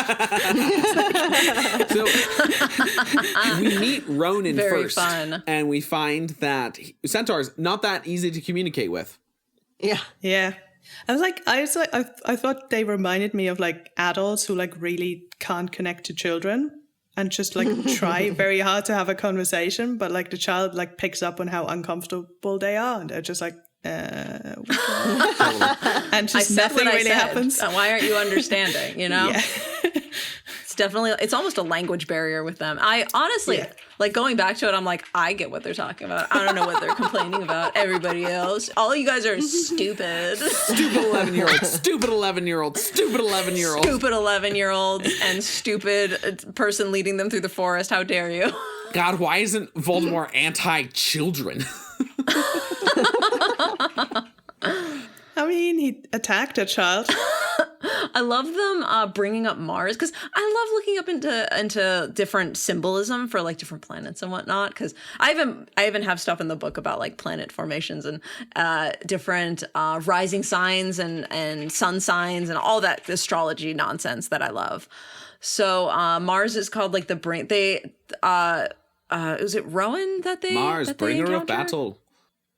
Yes, Mars is the bringer of battle. It's known to be more of like an Aries, more assertive, aggressive. Anger and survival is like a big thing with Mars. And that's one of the first things that Rowan goes into when they encounter him. And then Bane repeats it. It's almost as if like they're repeating a warning to them. But of course, the babies don't understand it. And Hagrid's got no patience for it. So it's like... Yeah. Come on, guys, please. They're trying to warn you, essentially. I think I would like agree to a certain degree because, yes, they're giving out a warning, but also they see themselves very removed from it. And I think Firenze is the only one that really understands that this is going to impact their world as much as it will impact the like wizarding world. Yeah. Like, you know, it's Can not you just blame them though? Like wizards suck. Like they drove the giants out of their homeland. They're probably encroaching on the land of Cent. Like humans suck. So if I was a human who was half animal, I'd probably also think humans suck. Like they don't trust them. I get it. I mean, absolutely, they're not wrong for not trusting them, but like, Voldemort's not gonna give them any more rights than the Ministry currently does. Weirdly enough, Tom is like strangely progressive when it comes to the rights of creatures that have been subjugated by the Ministry. But only in an attempt. Werewolves and giants. He lets both of those side with him and promises them more than the Ministry does. And I'm not saying he does the right thing. He just does it he does the right thing for the wrong reason. It's a little bit like why Nixon was one of the most environmentally friendly presidents in the United States. He wanted people to cool off about the war in Vietnam so that the United States wouldn't lose a war under him. And so he gave, quote unquote, the hippies a lot of environmental legislation that was passed under his presidency that makes him the most liberal environmental president to date. Which is strange for that is crazy. For Nixon. And I think it's the same thing for Voldemort here. He wants power. And so he's willing to give promises of power to anybody that he wants. And so that's like an sort of libertarian view of like, all right, so no regulations around werewolves and no regulations around giants, which if you're giving an oppressed population that in Rowling's world has violent tendencies, I'm not saying that that's an actual good metaphor for real life, then you're going to get the hurricane in the West Country, the giant going through. You're going to get more people getting turned into werewolves. But it's hard to believe that if Voldemort really does fully take over, that at the end of his reign, werewolves and giants wouldn't actually be worse off. You don't know that for sure. Yeah. No, but So it's a huge gamble, but it's like either stay in your current position where you're being subjugated or take a risk. Yeah. So anyway, centaurs. So the centaurs also say something along the lines of always the innocent are the first victims. So it has been in ages past, so it is now. And I was like, is that true in Potter? So I tried to do a very quick list of who gets taken out. So we see the unicorn, which is innocent, according to mythology in Rowling's world. And also Nicholas Flamel dies at the end of this book. And is he innocent? ? Then in book 2, we've got Ginny, certainly innocent. Hermione, innocent. Justin, innocent. Mrs. Norris, maybe not so innocent. Nearly Headless Nick, maybe not so innocent. Moaning Myrtle, innocent, certainly. In later on, we've got Bertha Jorkins. She's an adult, maybe not so innocent, but also under the pretexts of a memory charm that's been so heavy that she's kind of as innocent as a child, it seems. Frank, the groundskeeper, who seems innocent enough, certainly. Cedric, innocent. Sirius, in book 5, not so innocent. Dumbledore, certainly not so innocent. So, first victims? What do y'all think? I honestly think that this is a reference to Cedric, like almost completely just a reference to him. The rest, I think, is very interesting, but like I think it goes from unicorn to Cedric. I don't think it counts until blood is spilled. Until actual blood. So Moaning Myrtle Yeah. being innocent, but as a reference, not necessarily. It doesn't happen on this timeline. Yeah. Cool. Yeah. All right. Cool. Because it's technically that's part of the first rise. Yeah. Tom's first rise to power. Is the first innocent death. Because he kills his father after Moaning Myrtle. No, he kills his father first. He does? It's before he he's kills 15? his father first. It's before his fifth year? Yes. Oh, I thought it was right after. He kills it in the summer before his 5th year. Oh, and then he kills that's when Moaning the Myrtle. Blitzkrieg was heaviest. No, was that the Blitzkrieg had been running. I think that's when it was wrapping up. So Blitzkrieg technically happened in the beginning of his Hogwarts stay, and then this bombs are falling up until, and that's at the end of that. The Blitzkrieg period is when he starts to, and when he kills his family, his remaining family, and then that year, my theory is he accidentally killed Myrtle. Oh, fascinating. That snake just Read pops all out. about it in the book because it shows the signs. April 32nd. No, you're killing me. Done 31st. That doesn't exist. I know, that's the point. It's such a stupid number. You're killing people me. won't get mistaken for it. It's April 28th. It stood out to me that Ronan says the forest hides many secrets. And I was like, yeah, Hagrid knows that. I mean, he's hidden stuff in the forest before. Yeah. And I was like, we can Lord. just be happy that he didn't choose to do that with his dragon. So Then Bane arrives, and he's also just as equally hard to communicate with. yeah. Oh my God. Bane is hard to communicate with. Rowan is hard to communicate with. Them together is very fun, though. I love they're just like, Mars is bright tonight. I definitely got pairing vibes from them. Yeah, certainly. Honestly, same. Even when They seem like a married couple to me. They really do. Even when like I was maybe too young to like kind of piece that together, I still was like, they're like, they are to get like they are one. They seem like a duo. They seem like a pair, and they also seem how they're yelling at Firenze or Firenze or however you want to say it. I said it Firenze when I was reading it because I'm too Italian. But when they yell at him for doing what he's doing, it reads like you're yelling at your kid, right? It's like, we told you before. Yeah. This isn't how you handle the situation. Yeah, totally. Yeah, or like kind of like a younger brother situation. Yes. Yeah. I don't think you're far off there, Grace, from the correct pronunciation, because this seems as if through the international cooperation of wizards, centaurs have had their land encroached upon down in Greece, in Croatia, in Italy, in the areas where that mythology is from. And so it seems like they've been allotted, as Umbridge sort of refers to in Order of the Phoenix. They've been allotted this sort of, hey, your whole herd is now here. Good Lord. So they had the same, I forgot that completely. Yeah. They have the same deal as the Giants. Yeah, where they've been completely removed from, wonder they hate from their wizards. local place to a place where there's a magic school with a forest where they can have easy muggle protection. God.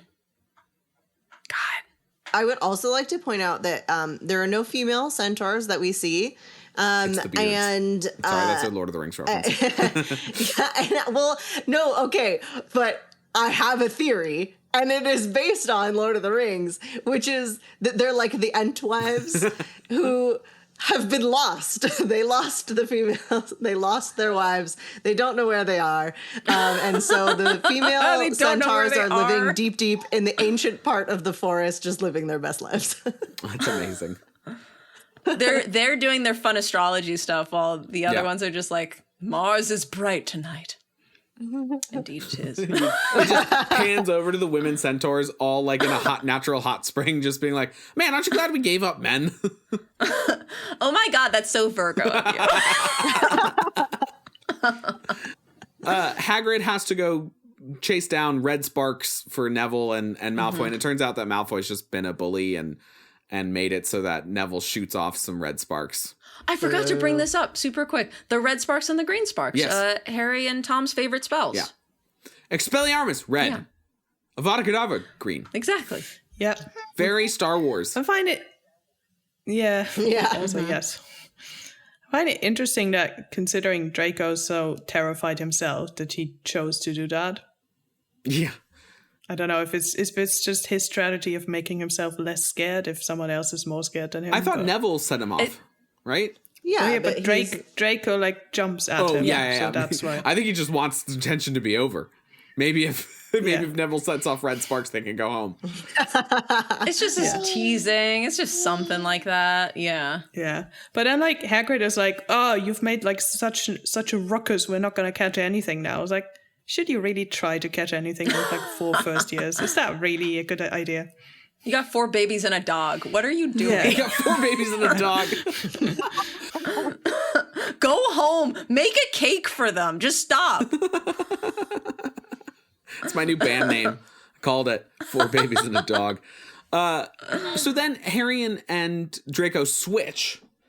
Not Draco. Harry switches with Draco. Neville goes to be with Hermione in the safety of Hagrid's giant form. And it turns out, what you might guess, as Phineas Nigellus puts, we know when to save our own neck. Because Malfoy, as soon as he sees Corley Cloak Voldy moldy thing, he splits. He just runs for it. And I ask again, as I always ask every time Malfoy does something stupid, why do Hermione fans want this so much? Because they can fix him. No. Or I can make him worse. No. First of all,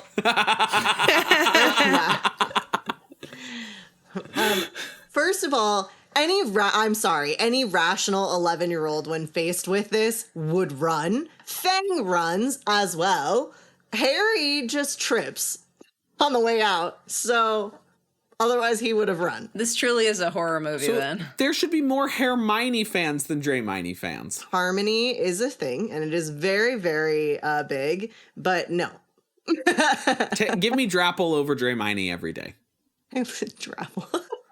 What is Draco? Oh, Draco and the apple. Draco and his green apple. The apple that he's always eating. There's also At least that Rickon. one's canon, right? If you do There's not, also Rickon for. Yeah, exactly. If you do not, if you have not seen the Drapple fan art out there, it's my favorite Harry Potter fan art.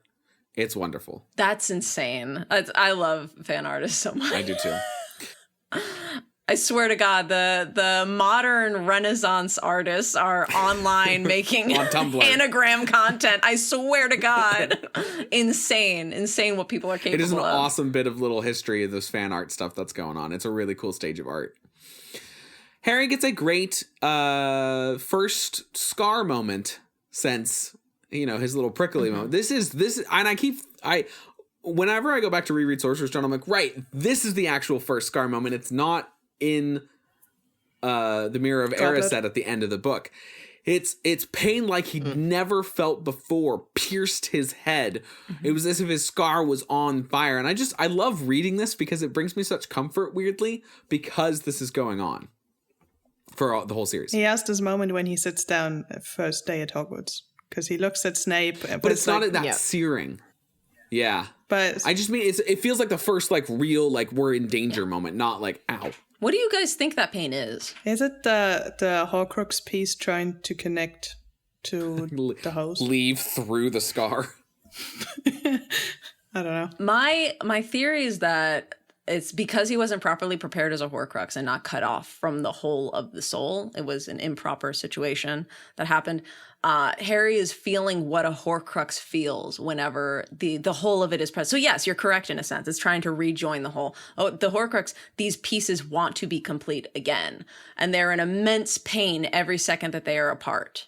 So the idea that these pieces are like beings within themselves trying to rejoin, but also the point of them is to never be rejoined is such a I don't know. It feels horror to me. It feels like a horror story. Mm-hmm. It's certainly a different take on the One Ring and Sauron, which is such a, this is where this idea comes from, right? Oh, iconic, baby. Right. It's iconic. A Dark Lord that essentially has his soul protected in one object, where the ring always wants to be with its master. It's constantly trying to get back to its master. It does a bad job by being in a river for 2,100 years, but it does want to get back to Sauron, and Sauron wants to be with it, unlike Voldemort, who's like, I want it scattered to not so much the winds, because I still need to feel important, because that's why I didn't make a Coke so can broken from it that he yeah. can't even feel when they're destroyed. Yeah. Like that is how broken he is. I also wonder, my other theory for this would be, it's when Harry's is bridging minds with Voldemort, and Voldemort's mind is such a conglomeration of awfulness that it is painful for somebody as innocent as Harry. I thought it was mostly the other way around. They bridge together, certainly. They do bridge together, but like Tom feels pain in Harry's mind. Yeah. Harry doesn't feel pain in Tom's mind until Tom throws him out, or like he realizes what's going on and that he's like put himself in first person as Tom. Yeah. And that horror causes him pain and throws him back out again. Very true. Yeah, he doesn't feel pain because Harry's protected. Yeah. Harry doesn't need to. Absolutely. No, you're totally right. But yeah, anyway. Sorry, I love to get people's feedback as to like what they think, because it was always a confusing point to me, especially like when discussing Horcruxes. Certainly. And then we see, the fact that he has this pain, but also Quirrell is drinking blood from a unicorn. Yeah. Oh, yeah. So I was curious, what do you guys think the unicorn blood curse is? Because this Half-Life situation is never touched on and it's never explained. So I would love to hear any theories that you guys have got. I've got a few of my own, but I'll go through them in really short form. I almost assumed that it's like an addiction. Once you start, like the first sip you take, you now have to keep drinking it. Oh, so it's kind of like heroin, where you just like everything then becomes about that. Yeah. And all your other problems go away, but that's not because they're not being dealt with. It's because the only thing on your can't pure stop. focus is I like that. That's cool. Oh, that's brilliant. You guys have any other that you want to share? I thought it would remove your emotions so that you would have a bodily life, but not an emotional or mental life. Like where you're going about, you're doing everything, but it feels a lot like depression, where just everything sucks all the time. Oh, wow. So that is kind of like a Half-Life Yeah. in a sense. You're just like sort of running on autopilot. That's almost what I picture to be like the Dementor's kiss. Yeah.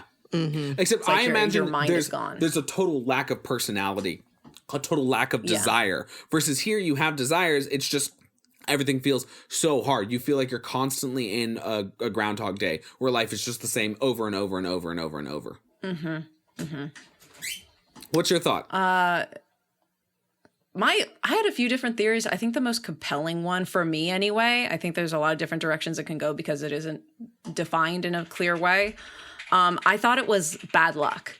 I thought that every like endeavor that you truly hung your hat on and that you really had a lot of love for, after that point, you would never be able to find it in a comprehensible way. And it's never defined that way. It's like almost an old wives' tale just warning against doing it. Totally. So Tom wouldn't know about it anyway. It could also be the idea that like you cut yourself off from your emotions. If you're able to kill something so innocent, then what's stopping you from killing other things? Right. Yeah. So totally. like that in killing something so innocent, you've killed off part of yourself. So then you just move forward and start to do totally immoral things.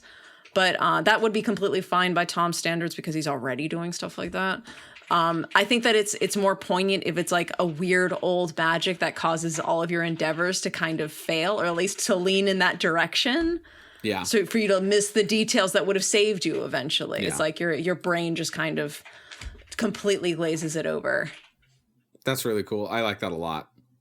Then we have fwiends to the rescue. So he comes in, he rears as he does in the movie. Quirrell leaves, Voldemort leaves. And there's this conversation with Harry after he allows Harry to climb up on his back and then, Bane gets mad at him or whatever. But there's also this theory out there that when Bane is saying, like, we don't interfere with the reading in the stars, there's this fan theory, and I 100% agree with this, that they have read in the stars that Harry dies in the forest at Voldemort's hand. And Bane thinks, you just messed with this. This is when Harry was supposed to die in the forest by Voldemort's hand. Because they know it's Voldemort. But it turns out that they're just 6 years early. And that Harry does die in the forest by Voldemort's hand in book 7.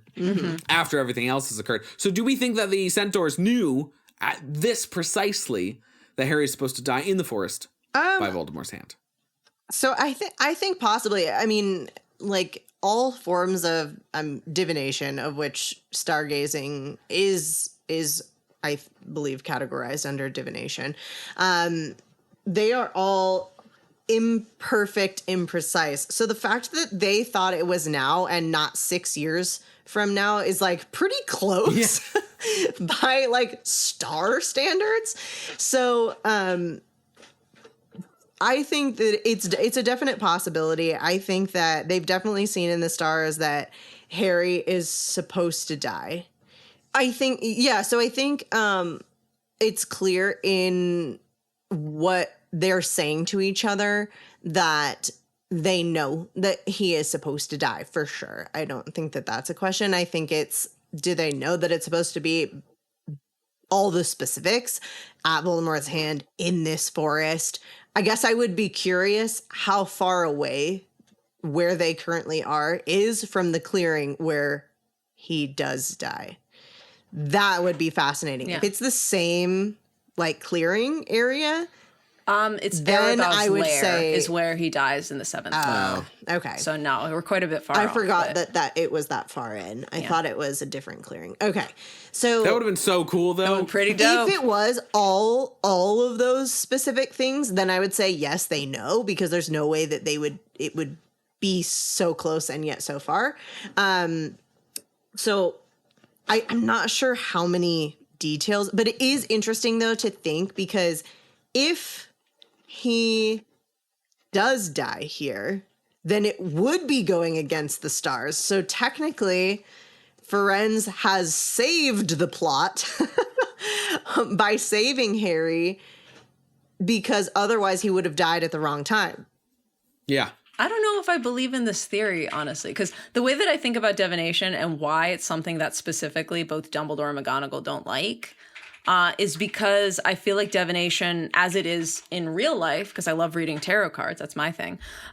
Divination in real life is more a reflection of the people at the table. Right. Like if you're reading cards with someone, it's a reflection of yourself. So if you are reading the stars, it is a reflection of who you are as a person and what the messages that you get from those stars. So Mars is bright tonight. That means that violence is ahead. So if you choose to prevent that violence from happening, or if you choose to step back because you're the whatever's happening with the wizards doesn't have anything to do with you, that says something about you. Totally. Right? It's how you're facing this situation. So I don't know if I think that the theory is really interesting and cool. I don't know if I believe in it too much, but I like it.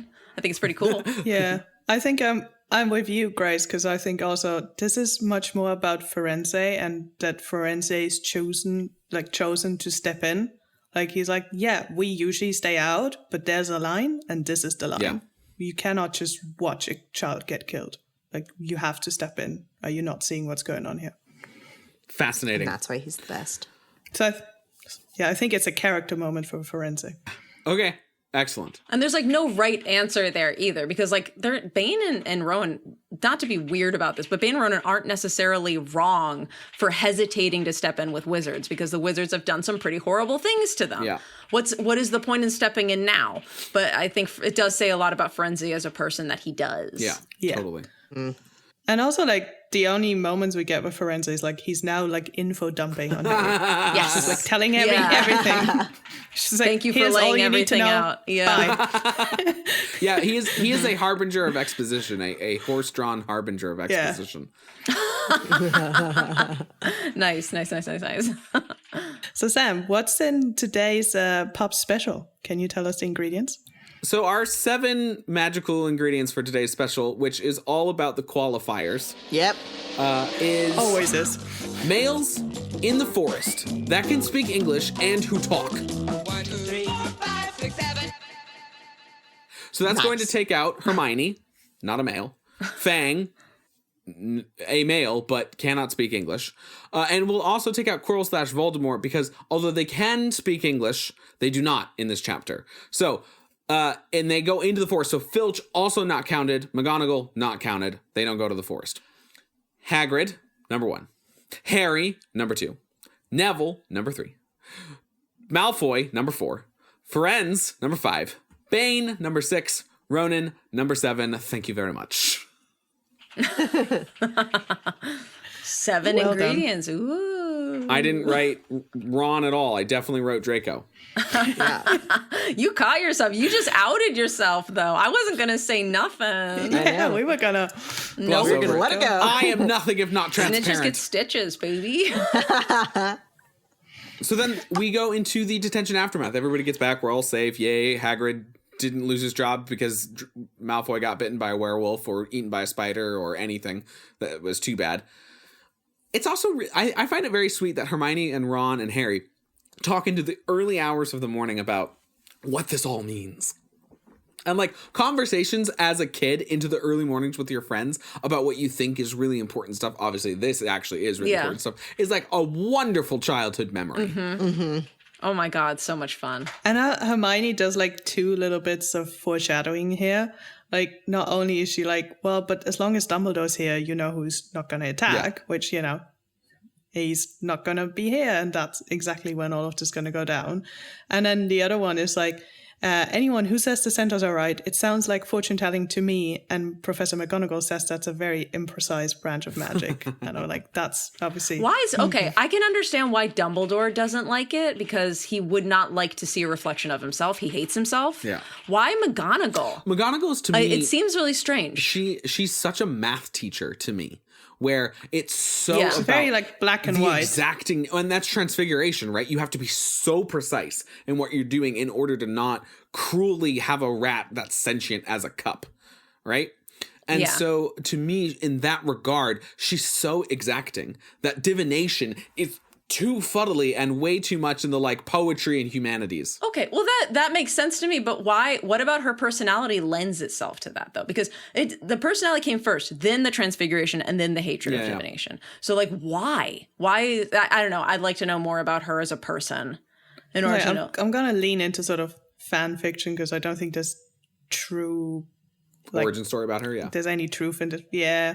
But like assuming that McGonagall is somewhat close to Dumbledore because of their shared like interest for transfiguration and you know she's an animagus and you can read tons of fanfic about Dumbledore being the one who helped her become an animagus, that sort of stuff. That But is- that is obviously fanfic. That is canonical too. Rowling put that, yeah. okay, cool. But yeah, it's obviously not in the books. Right. But I'm famously a books only person, so I totally get what you're Yeah. getting. But like potentially Dumbledore's dislike for it has, you know, been imparted on to McGonagall because she might, you know, like because interesting. I think he was is such her a mentor mentor figure. Yeah, Yeah. that make that like, does make sense. Don't forget there's like 70 years of age gap between the two of them. So it makes sense then that like Dumbledore hates divination because he hates himself, and then he taught McGonagall, and all she knows is that he doesn't like divination. So that makes sense. Yeah. That's I also so think good. that McGonagall's natural personality of being sort of upright, strict, and straightforward. Yeah. That is going to lend itself to being good at transfiguration early Yeah. on and not very good at divination. And so we see all the time adults who have I don't like the arts because I was never good at drawing as a kid. Or conversely, I really love the arts, but Oh I my can't God, love yeah. math. You know, we see that being brought in school. Yes. So I think that's probably where it started. Yeah. Also, like, can you have worked with Trelawney for 16 years and been like, yeah, divination's totally a great subject? I feel like I could. That's I saying feel like something it about would me, take- though. It would take one day of hearing a bunch of students being like, yeah, she predicted my death. And I'd be like, oh my gosh, I'm going up That's brutal, to though. Like I her feel like room and firing her myself. Yeah. that's rough. I will say that's a line too far, girl. Come on, come on. There's so many things you can fake predict. Like, why would you do that? Shock value. She's a shock value comic. And a bad one. The worst. And then the chapter ends on Harry getting his Hallow back. Dumbledore's like, Yay. this is Keep too with the wording. valuable for you to lose. Here you go. You will need this. Dumbledore had a whoops, I gave a hallow to a baby moment. He was like, okay, take it back. Come on. Hold on to it this time, please. Please. The note that it came back with was actually just, girl, come on. I just had Awesome. like kind of a weird question about how he gets the cloak back. Like, because how was it found? Did Dumbledore just know everything about the dragon situation, already knew about it, and then went up and grabbed it and brought it back? Or when McGonagall hears Neville's almost slip about the dragon and how they were up in the tower, does she go and investigate and find it and then let Dumbledore know? And then it's like, I'm turning this in. It's confiscated. And Dumbledore's like, yes, confiscated. Good, I'll take it. I run lost and Hands it found. back.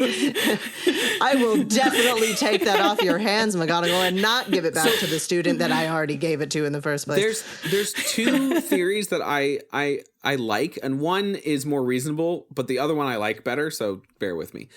One is McGonagall has to relay what occurred. And Dumbledore, upon hearing this, is like, oh, okay. And he realizes that they were probably using the invisibility cloak in the first part, and that they left it at the top of the tower, because at the bottom of the tower is where Filch found him, and he just reasons through it and goes and grabs it. The other thing that I like is that we see in Half-Blood Prince, Dumbledore uses the astronomy tower as his apparition point out of the school. And so Dumbledore's travels are constantly up and down in that area. And so early in that morning, he apparates back, and there's so much force with his apparition that the cloak kind of blows about for a second. He goes, yeah, shit. I love those theories so much more, where it isn't reason, it's all chance. Yeah. I love it. I think it's so much more human. Yeah, absolutely. It's perfect. Oh, man. Also, the fact that Charlie's friends were able to get in and fly through Hogwarts' protections does make me think that Dumbledore let them through and that he knew what was going on. Yeah. Oof, Yeah. Yeah. That's sort of where I'm omniscient coming from, as too. ever, right? He's really like God level mode in Sorcerer's Stone, if you read him that way. Yeah. Yeah, so this chapter was sponsored by irresponsible adults that somehow are running a school. Yay! Good job, guys. You dropped the ball. Well, a huge thanks to Grace Candido Beecher for visiting the Three Broomsticks today. Yay. Thanks, guys. Thank you, Grace. It's Salud. always great to have you. It was wonderful being here. You can listen to any of Grace's previous episodes that she has been on in Three Broomsticks, or back in our Hello Amora days when you were a full-time host. You're always a fun to listen to. We love having you on the pod. Thank you. I love being on this pod. This pod is amazing. You guys can find me at gracevictoria.net. And also, if you're looking for specifically Voldemort book stuff, just look up Voldemort book on Instagram. You'll find me there. And also on Tumblr. And I should make more social media accounts for the book, but I haven't, just because I don't want to go back to what was formerly known as Twitter. It scares me.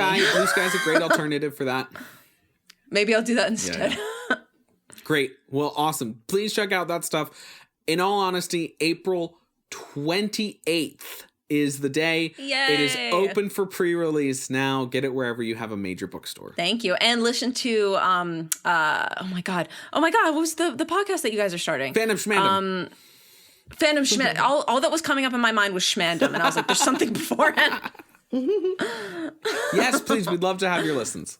And if you enjoyed your time at the pub today, please rate and review us online, or, tell your friends about our show if they also want to talk about Harry Potter. And a huge thanks again to Caroline Oberlander, who bought us this round of drinks at the Free Broomstick. Thank you. Thank you. Thank you. And if you'd like to buy us the next round, head over to patreon.com/3broomsticks with the numeral 3 to sign up. Would you like to find us online? We're on various different social media channels, which are linked on our website and in the show notes. Do you want chains of different emojis that make you think? How about mythical creatures that tell you your future? We don't have that, but we do have recommended reading for the next episode. We share our upcoming Patreon schedules as well, thanks to the graphics designed by Sierra. And you can go to our website, 3broomsticks.com, with the 3 spelled out. You can submit a topic. We do absolutely put those in. And we're coming up to our full host episode, where we will then record that, and then we'll discuss what we want to do in this next year. So if you want to submit us a topic, please do. And then, of course, let us know your thoughts in the comments on our website is the main place that we reply to them, but we will absolutely reply to them on social media too. Our website being 3broomstickspod. What did I say? Just 3 broomsticks. Yeah, don't do that. I don't know what's on 3broomsticks.com. Go to 3broomstickspod.com. Please, I cannot speak for 3 broomsticks, and I don't want to be in trouble. 3broomstickspod.com. Oh God, what's happening on 3 Broomsticks? Don't go there, guys. Don't do it. And the next time that we meet at the 3 Broomsticks, we will be discussing Strike Book 8. Woo! Woohoo! All right. Thank you so much. I'm Sierra. I am Sam. And I'm Oreo. Thank you for listening. See you next time in the 3 Broomsticks. Cheers! Salute! Cheers. Clinkety clink clink. Put my owl bears together and go. Yay! Lovely. Give me big old buckets of butterbeer. Give me big old barrels of butterbeer. Give me the drink I love so dear. And another round for my friend right here of the sweet old butterbeer. This episode of The 3 Broomsticks was edited by Patrick Musilek. The theme song was written and performed by The Faithful Sidekicks. Make sure to check them out at thefaithfulsidekicks.com.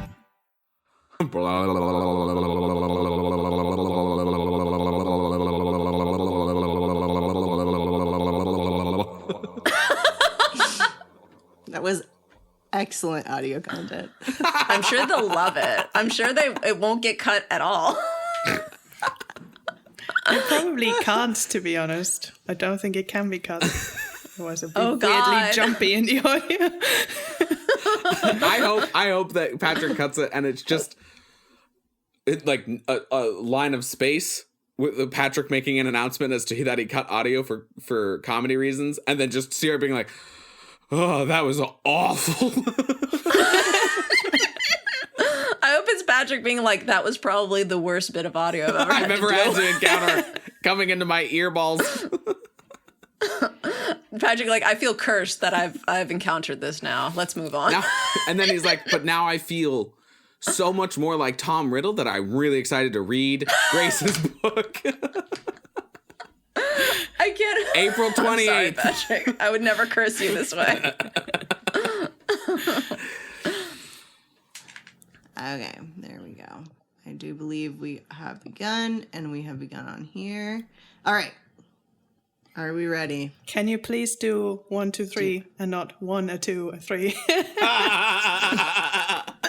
my one time messing with You it. did it like 2 episodes in a row. That's why I stopped at the third. 1 and 2 and 1, 2, 3, 4. It was like trying to guess at where the clap was. This is what happens when we consistently record at like midnight. Yeah, that's true. Sierra and I are recording at like midnight her time often. All Welcome of you to guys were spot on. Okay. Welcome to the fucking 3 Broomsticks. We invite the fuck out of you to pull up a chair, fucking grab a butterbeer, and fucking settle for a hearty discussion of fucking Harry Potter. We asked if we could cuss. I'm just demonstrating that you can cuss. Okay, for real though.